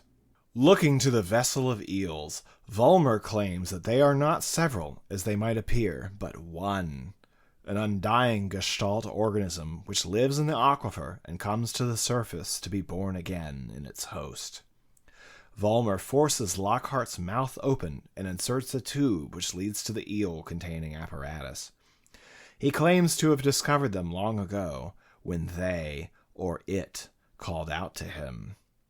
Weakened by millennia of isolation, it needed bodies, and Volmer, through his experiments, discovered that he could extract through the parasite's hosts a portion of the very life-giving essence that kept the creature itself alive. Lockhart struggles, prompting Volmer to kneel until he is at Lockhart's level. He apologizes to him and says that he means it sincerely, that it was fully his intention to return Pembroke, and that the accident which confined Lockhart was fate. He explains that he appreciated that Lockhart meant to come and collect his partner, as most people in his world are pleased to see one another vanish, one less competitor out of the way. Volmer stands and says that he wonders if anyone cares enough for Lockhart to come for him, flipping a lever which sends the eels deep into Lockhart's body. Above ground, Hannah opens a box containing a dress. Though she is puzzled, Volmer explains that she is a woman now, and that he will always be there to take care of her. She goes to see Lockhart to speak with him, but when he turns to face her, his expression dull and lifeless, she retreats in horror. So no return of the ballerina figure there because she doesn't have it. Lockhart already does. So the wedding continues on, though he is later liberated over possession of the figure of the ballerina, though he just has it already, which is what happens at this moment in the movie already. It's just without the exchange of it. So that's enough for him to, as he turns over the phrase of her mother's, like, she was awake and she was dreaming, this sort of stuff that makes him come to, and then he carries on as he did otherwise. So he smashes the frame, recognizes on the outer boundary that Hannah's the young child. So this is the point of where he figures out that she's a fetus. That's all the same. At this point, Lockhart has another vision, this time of an incomprehensibly large mass of intertwined eels somewhere deep in the water. So, then the rape scene, that continues as is, excluding the scene in his skin, because this version of Volmer for me is not Freddy Krueger. Right. So that's gone. Sure. So we're cutting that. Their Congress is interrupted by Lockhart, who arrives having poured fuel over the area. Volmer, really the Baron, from 100 years ago. Our timeline has changed in this revision here. I'm not sure that I've actually addressed that earlier. Says, the peasants tried to take her from me, but it healed my wounds. It gave her back to me, and I knew then that my purpose was true. Then he attacks him. Lockhart sets the fuel ablaze and attempts to free Hannah, but Volmer overpowers him. During their struggle, the flames escape the catacombs and overtake the building above. As Volmer is about to drown Lockhart in the aquifer, Hannah, having freed herself, screams at the scene, just as the eels emerge from the water's edge and envelop Volmer. Just as he is about to be pulled under, he whispers to Lockhart, "It wants to be free." Then he vanishes. I imagine that he's actually flat on the ground because there's that bit of stone that's overlooked, that they're both. I kind of imagine like a real intimacy of the two of them. They're right next to each other. Face to face. Really face to face. Sure. Yeah. I can really picture that. Above, the retreat burns to the ground as the patients, in their trance-like delirium, continue the wedding dance in the courtyard. Lockhart and Hannah leave via Hannah's bike, though their escape is interrupted by the arrival of the company's board members via car.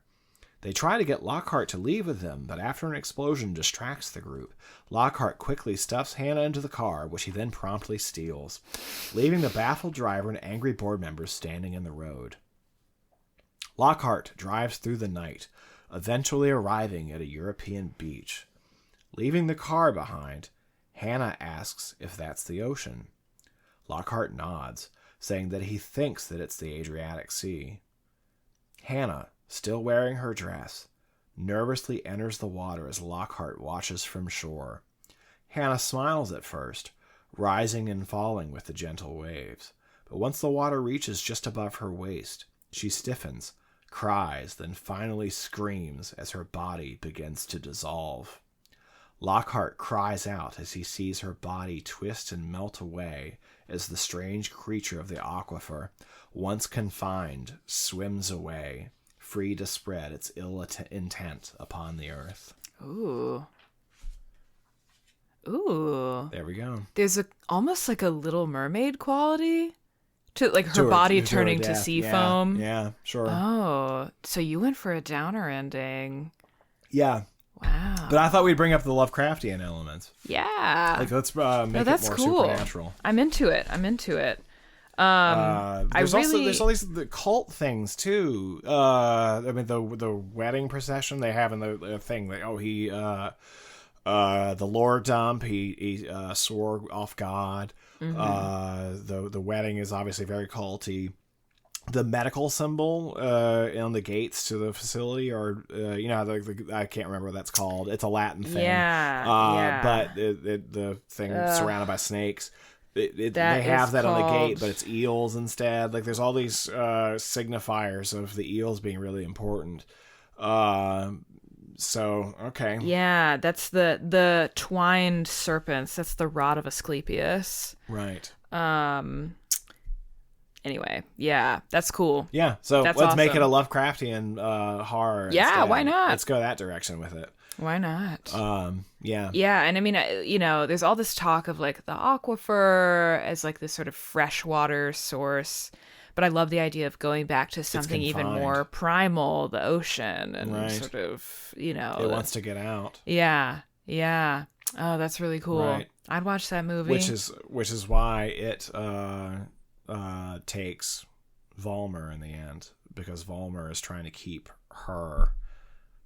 So the fetus is thrown into the aquifer, and it wants to, and it gives her back, like she's the host for it, Right. so that its consciousness, so that it can get it out. Yeah. Yeah. I think that's more interesting. that is interesting. I'm into it. Yeah, but that's the kind of thing. That's a mystery. Like that's the you're not gonna solve that one within the first 5 seconds. Right? Yeah. No, I like the technique of like giving us the stuff that the audience just knows from ever having watched this movie before, and then letting us chew on the sort of meatier mysteries. But I wanted to set it 100 years ago, also because that's around the time Lovecraft's writing was happening, too. So like we're in that period. So this movie's 2016. So Yeah, so so that's- if you say 100 years, 1916, that's about right. Yeah. That's great. Oh, man. Sorry if I was too quiet listening to that, but I was really No. intrigued. No. Yeah. It's funny, because I think we've done a lot of the same things here. Oh, really? Though there are some definite departures, too. Sure. But you'll see what I mean in just a moment. But yeah, I'm into that. I would watch that for sure. I'd watch it big time. It doesn't feel stupid to me, Yeah. Now I'm not fully satisfied with that. I think I would probably give that another pass or two. Honestly, I feel the same way about Because this is still a mine. very heavy script. You have I didn't fully. I don't know how I feel about it in total, because again, going to Lovecraft, you have the eldritch horror, the elder gods. You have all these things, right, that are present in the story. But usually, you will have some kind of malignant scientist or a cult, or you have these a other human things. interlocutor of There's some kind. element like that Yeah. that's actually driving the plot. So I was okay with that, at least for this draft. I think it could probably stand to have another pass or two and really pare it down even further. Sure. Well, this is just, this is like us taking a crack at it, Yeah. You know what the vibe of this is? And this is a reference that probably no one will get except for you and I and maybe a couple of our friends. But it feels like Strahd von Zarovich has a pet aboleth. Okay. Like Sure. to frame it in D&D terms. Sure. And I really like that. Anyway, yeah, I couldn't stop thinking about that as you were enunciating. Well, should I do mine now? Let's do it. Okay. So it may amuse you to know, my movie opens in basically exactly the same way. I cut the death of the prior top salesman. We start out with Lockhart moving his stuff into his new corner office. After removing a dead goldfish from its bowl and throwing it in the garbage, Lockhart gets a call from the executive board, inviting him to the board's penthouse meeting room. The executives welcome him, then ask him to read an ominous handwritten letter from Pembroke, an absent board member, in which Pembroke opines about the corporate lifestyle he and others once led as being poisonous, but that he has also discovered the cure, and that he will not be returning to his job in New York. Lockhart and the board members agree that Pembroke has lost his mind, but the board members then threaten Lockhart, revealing that they're aware of his financial malfeasance that he committed in his rise to the top, a fact that the SEC will surely discover as their company's in the midst of a merger. However, the group decide that instead of letting Lockhart face justice, they can pin the whole thing on the apparently unstable Pembroke. They task Lockhart with heading to the wellness retreat in the Swiss Alps, where Pembroke is receiving treatment, and bringing him back to New York. Shortly thereafter, Lockhart is seen riding a train somewhere in Europe, hard at work while drinking miniature bottles of liquor and pounding nicotine gum. The train passes into the impenetrable shadows of a tunnel, obscuring the sight of the Alps rising in the morning mist. The train is thrown into sudden darkness. Lockhart, his face lit only by the cold light of his laptop, laments the sudden loss of internet connectivity. Even when the train leaves the tunnel, the signal does not return. He curses and snaps his laptop shut. A car service picks Lockhart up at the train station and drives him up the mountainside. Meanwhile, he flashes back to a recent memory of his mother, who's confined in a nursing home. She is busy painting a music box with the figure of a ballerina atop it, and she criticizes Lockhart for not resting, much like his own father didn't when he was young. She ominously warns Lockhart that he won't return from his errand to Switzerland, though he ignores that message. The old woman cryptically says that the ballerina on the music box is dreaming, though she doesn't know it yet. When Mrs. Lockhart finishes, she blows on the figurine to dry the paint, then hands it to her son, saying that the ballerina will guide him home. The next part is more or less the same. We learn a little bit about the history of the Swiss castle, though it is the events take place in the 18th century rather than 19th, as per my critique of the time period. We meet Volmer. A lot of that's the same. Everything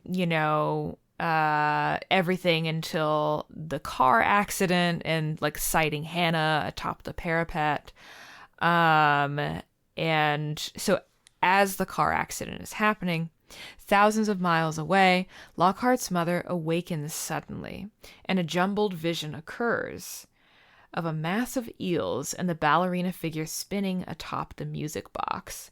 It's a little bit clearer that she's the one having this vision, rather than it being like, maybe it's him, maybe it's her.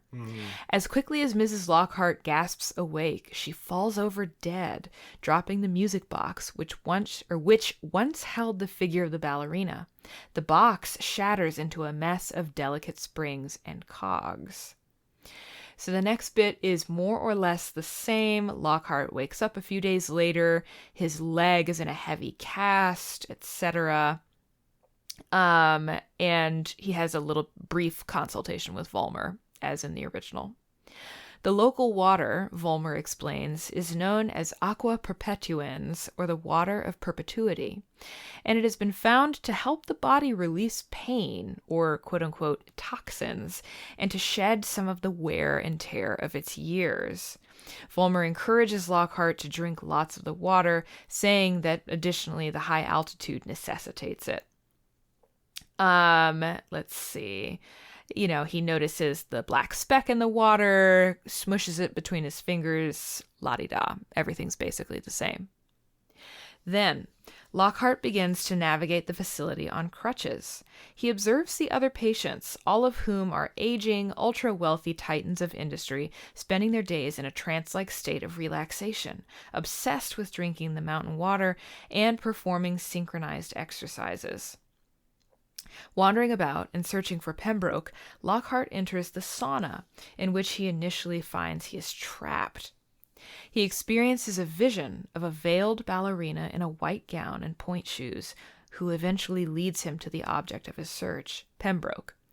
The interaction with Pembroke is more or less the same. I didn't really understand why the stag from the car accident just kept being reused again and again when it's completely dropped after that sauna encounter. So I was like, why not have something that's more immediately pertinent to the imagery of the film? But, that's just to my taste. He gets Pembroke to agree to go back to New York with him. He's waiting for the car to come. He sees Victoria Watkins. That's mostly the same. Until Wandering the grounds, Lockhart meets a mysterious and fragile young girl named Hannah, the same figure he previously saw atop the castle parapets. She says that she is a patient, a special case, and that, unlike the others, she cannot enter the water, living instead, quote, on the rim of the fountain of the world, peering in. She states casually that no one ever leaves, and she has grown up knowing that no one would ever want to. He, meanwhile, asks about a tune she was humming, the same music that his mother's... Excuse me, I'm sorry, I've got total mush mouth right now. The same music that his mother's music box was playing, but she withdraws without explanation. The next little bit is the same. Pembroke kind of never appears. There's another interview with Vollmer. They discuss the locket, and he steals Pembroke's medical records. Lockhart gives a urine sample, and when he gives it, he sees that the samples from all the other patients are discolored and filled with solid matter. Soon after, he enters a sensory deprivation tank. Initially, he has some brief flashbacks to happier times in his youth, but then he has a hallucination, or otherwise, that the tank is filled with eels, while also having visions of the ghostly white-clad ballerina spinning in the water. He begins to panic and attempts to escape, but the man who is meant to be observing the tank's operation is nowhere to be seen, and his frantic banging against the glass goes unheard. Lockhart falls unconscious and more fully relives his father's completed suicide.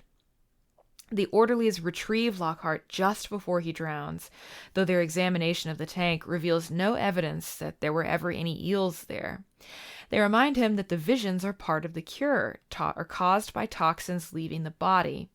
Tears stream from Lockhart's eyes at the memory of his father's death, but he tries to conceal them as water from the tank. Vollmer treats him for shock.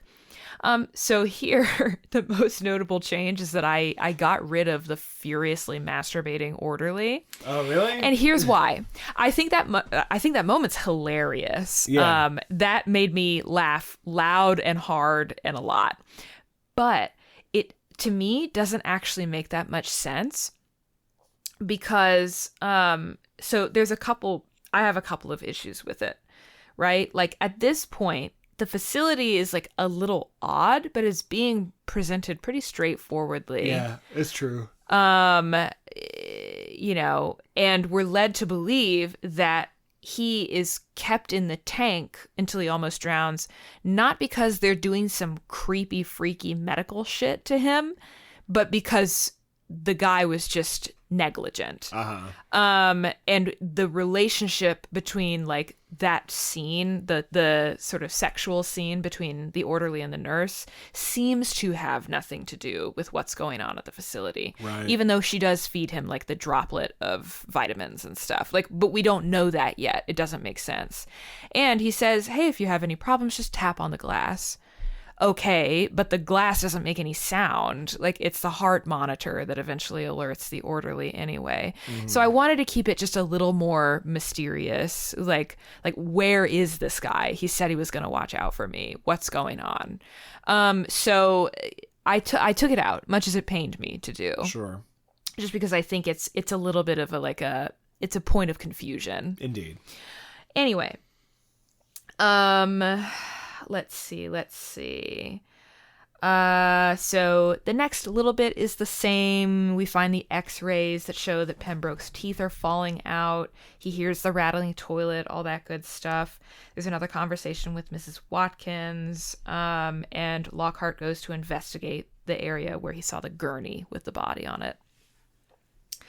But it is padlocked. Meanwhile, Lockhart notices Hannah sitting atop a bicycle. He approaches her, asking if he can borrow the bike to make the journey into town. When she asks for something in exchange, he gives her the ballerina figure and repeats his mother's words that the ballerina is dreaming, but that she doesn't know it yet. Enamored with the piece, and despite the rules she must follow, Hannah agrees to go into town with Lockhart, but she says that if they use the front gate, they'll be spotted immediately. She rides with him instead to a spot at the boundary of the property, another culvert with a loose grate. Leaving the bike hidden in a shrub, they wriggle into the dark and echoey culvert and walk along the rim of a vast underground cistern. Hannah says that there are similar such cisterns hidden all over the property of the manor, and that she found this one years ago. Coming to the cistern's outer limits, Hannah hesitates, saying that she has never been beyond this point. Taking her by the hand, Lockhart leads Hannah above ground where the outside world awaits. So with this, I always thought it was a little odd that they just walked out the front door, basically. It was like, is there no guardhouse? Is there no patrol? Is no one trying to keep these patients in? Sure.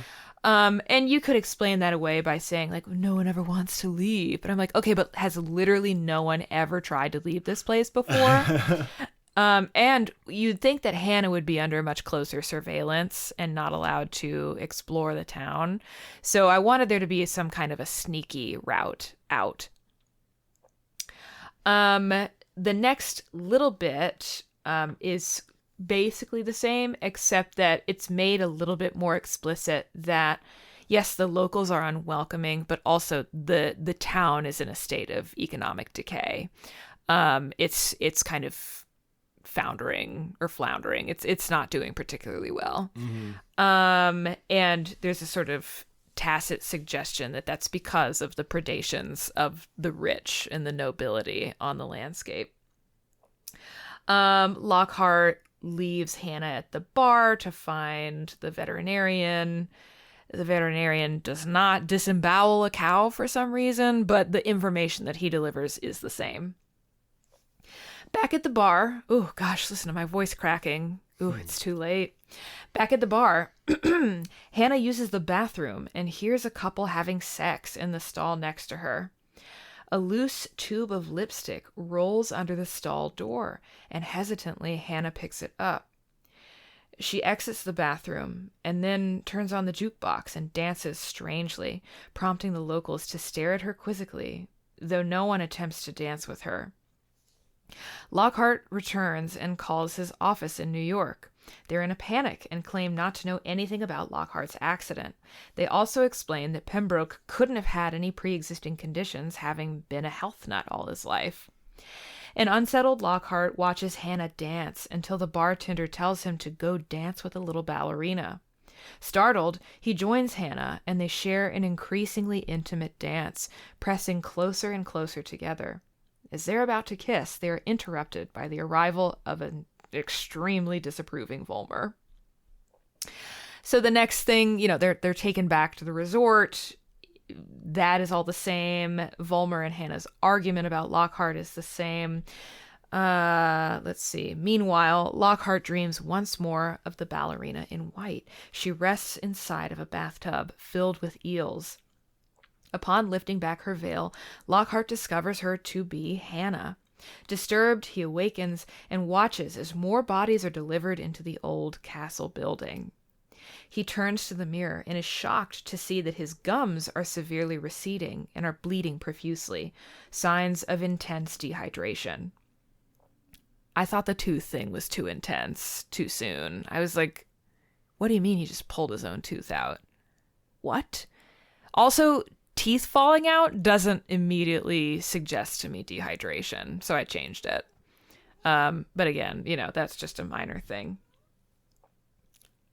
He heads to the front desk, ostensibly to seek medical care, but uses instead the opportunity to peer through the receptionist's logs to find Pembroke's current location. So he goes kind of on a walkabout around the spa. He sees the toothless catatonic patients. He finds Mrs. Watkins again, etc., etc. Let's see.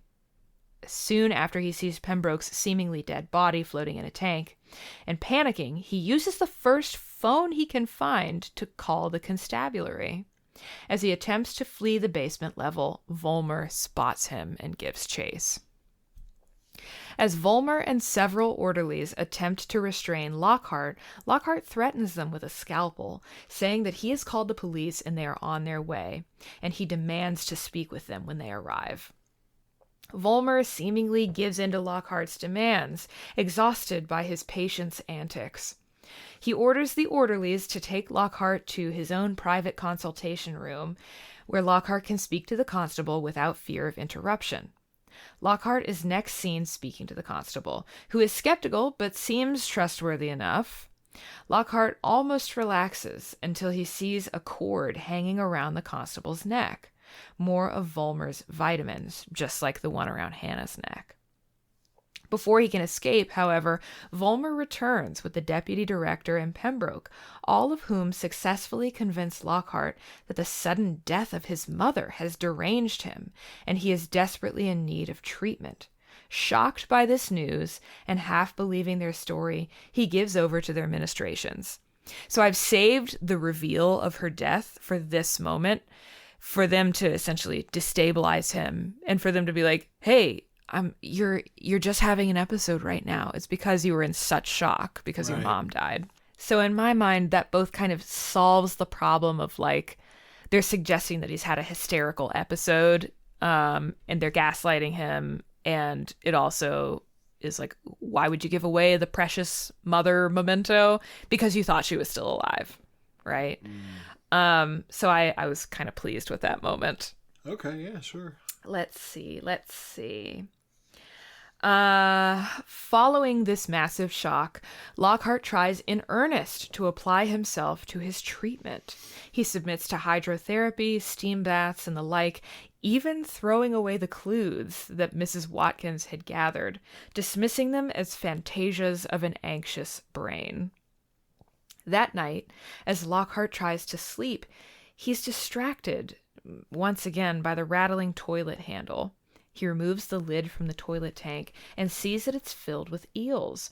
Eels. Doo-doo eels, a film by Gore Verbinski. Prompting him to angrily rip the toilet from the wall. Paranoid, he then uses a shard of porcelain to cut off his cast, revealing that his leg was never even broken in the first place. So I've moved some things around here. I've kind of condensed some of these moments. Because tearing a toilet out of a wall is such a big swing that I'm like, okay, like let's have this be the let's have this be the definitive moment that he's like, no, this is bullshit. They're lying to me. Though they're indeed not lying about the death of his mother, but he doesn't know that. Let's see. So then this is when he breaks into the ruined building, discovers the lab, the painting, etc., overpowers the groundskeeper, all that good stuff. As this is happening, as Lockhart is exploring, an entranced Hannah puts on the lipstick from the bar and enters a pool, wherein she menstruates profusely, drawing eels to her. They frighten her but ultimately do not harm her, surrounding her in a circle. Covered in blood, she flees the pool and crosses paths with Lockhart, who tries to drag her away to save her, though she attacks him and warns him to stay away from her. He pursues her to the dining room, where Volmer and the patients are all eating. Hannah hides against Volmer like a child, and gently Volmer tells her to go back to her room. She obeys. Though Lockhart attempts a rousing speech asking the patients to overthrow their captors, at a single clap of Volmer's hands, the patients instead sit, unblinking, nearly catatonic. Volmer nods to the orderlies waiting in the wings. They force Lockhart down into a chair. Sighing, Volmer sits down across from him and mourns that Lockhart has not been able to rid himself of the toxins that plague his mind. Perhaps, though, a little suffering will give him clarity. Pain was, after all, the first teacher of man.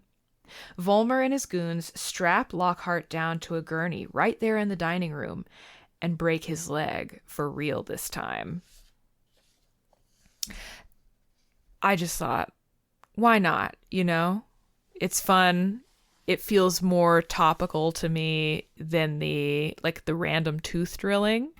And also, like, with the tooth drilling, you can go to the police and say, hey, someone pulled my tooth out.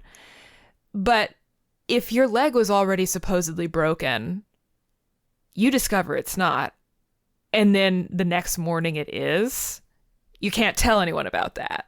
No one's going to believe you. Yeah, sure. So I wanted to kind of heighten that sort of medical gaslighting stuff. I thought that was kind of fun. Hobbled, Lockhart is placed inside of an iron lung-like apparatus, while Volmer explains the true intention of the resort. The water in the aquifer, the famed aqua perpetuans, is actually toxic to humans unless properly filtered, which can only happen by inserting a parasite into the bloodstream.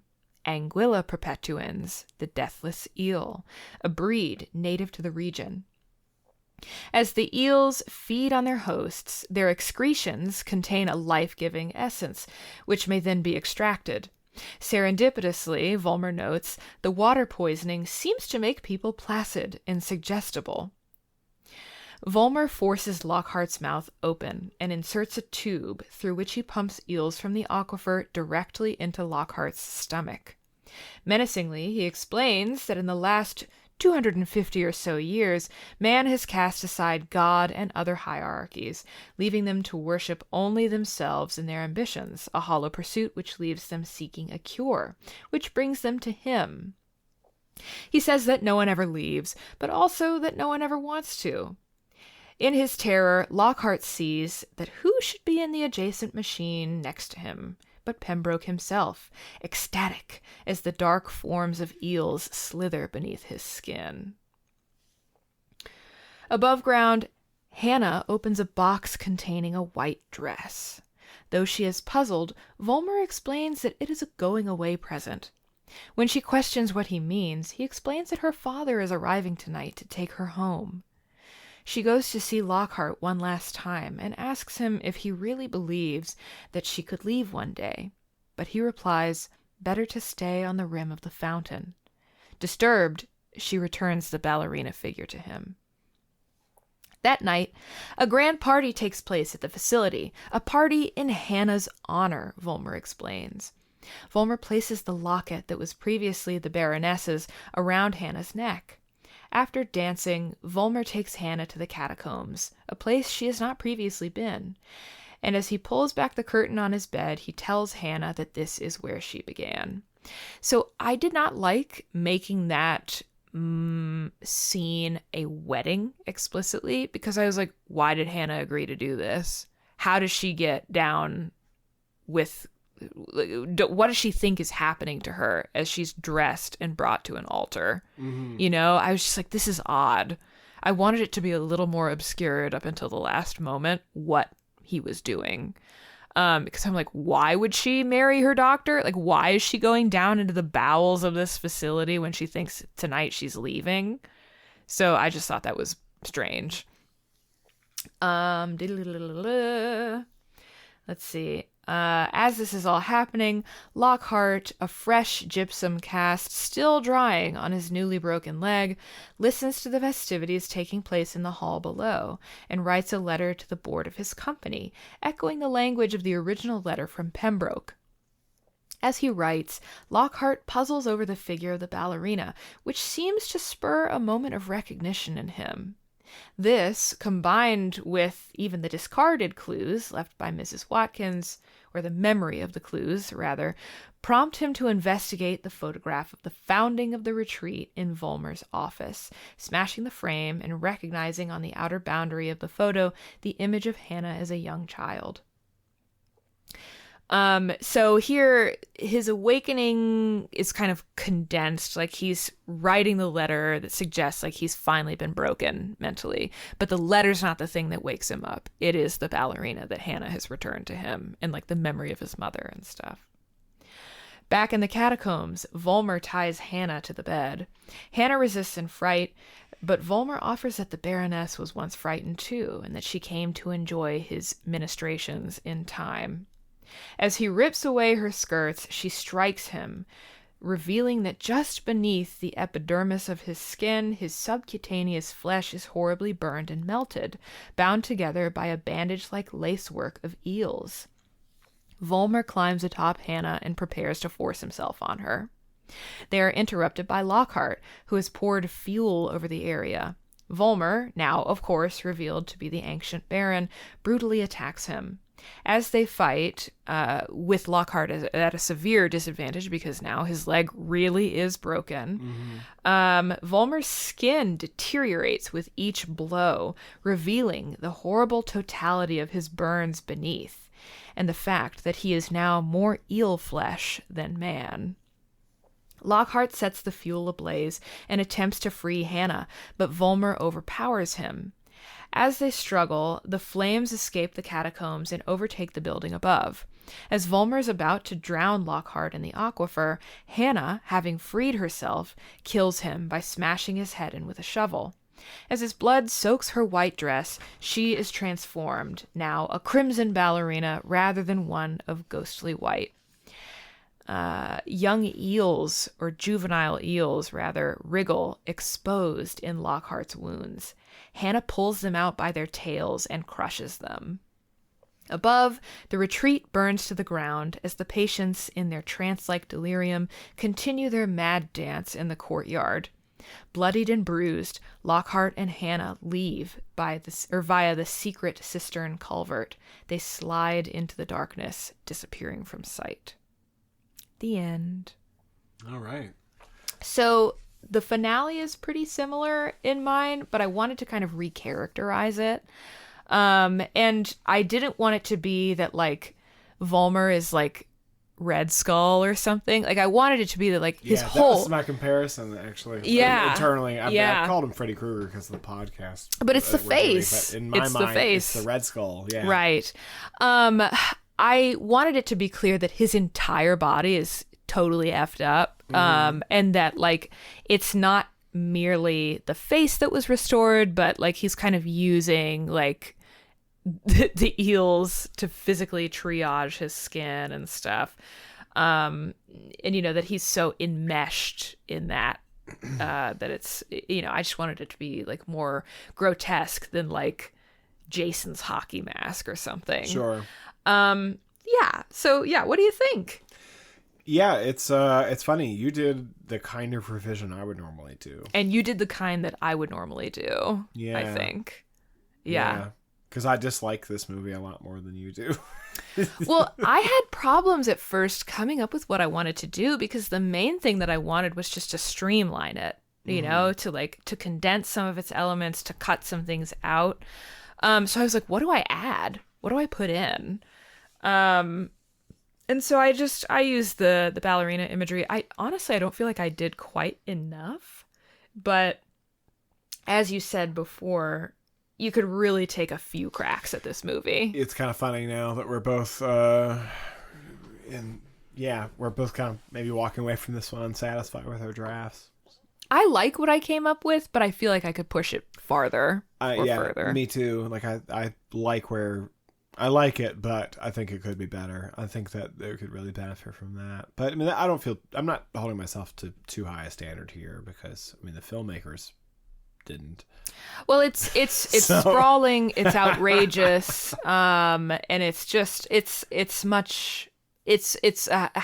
a stack of hats on hats on hats. Yeah. So, you know, I think our principal task is simplification here. Indeed. But I don't know. I mean, you know, given that I gave this script a Nick-esque treatment, what do you think? Was it successful? Yeah. Well, you certainly.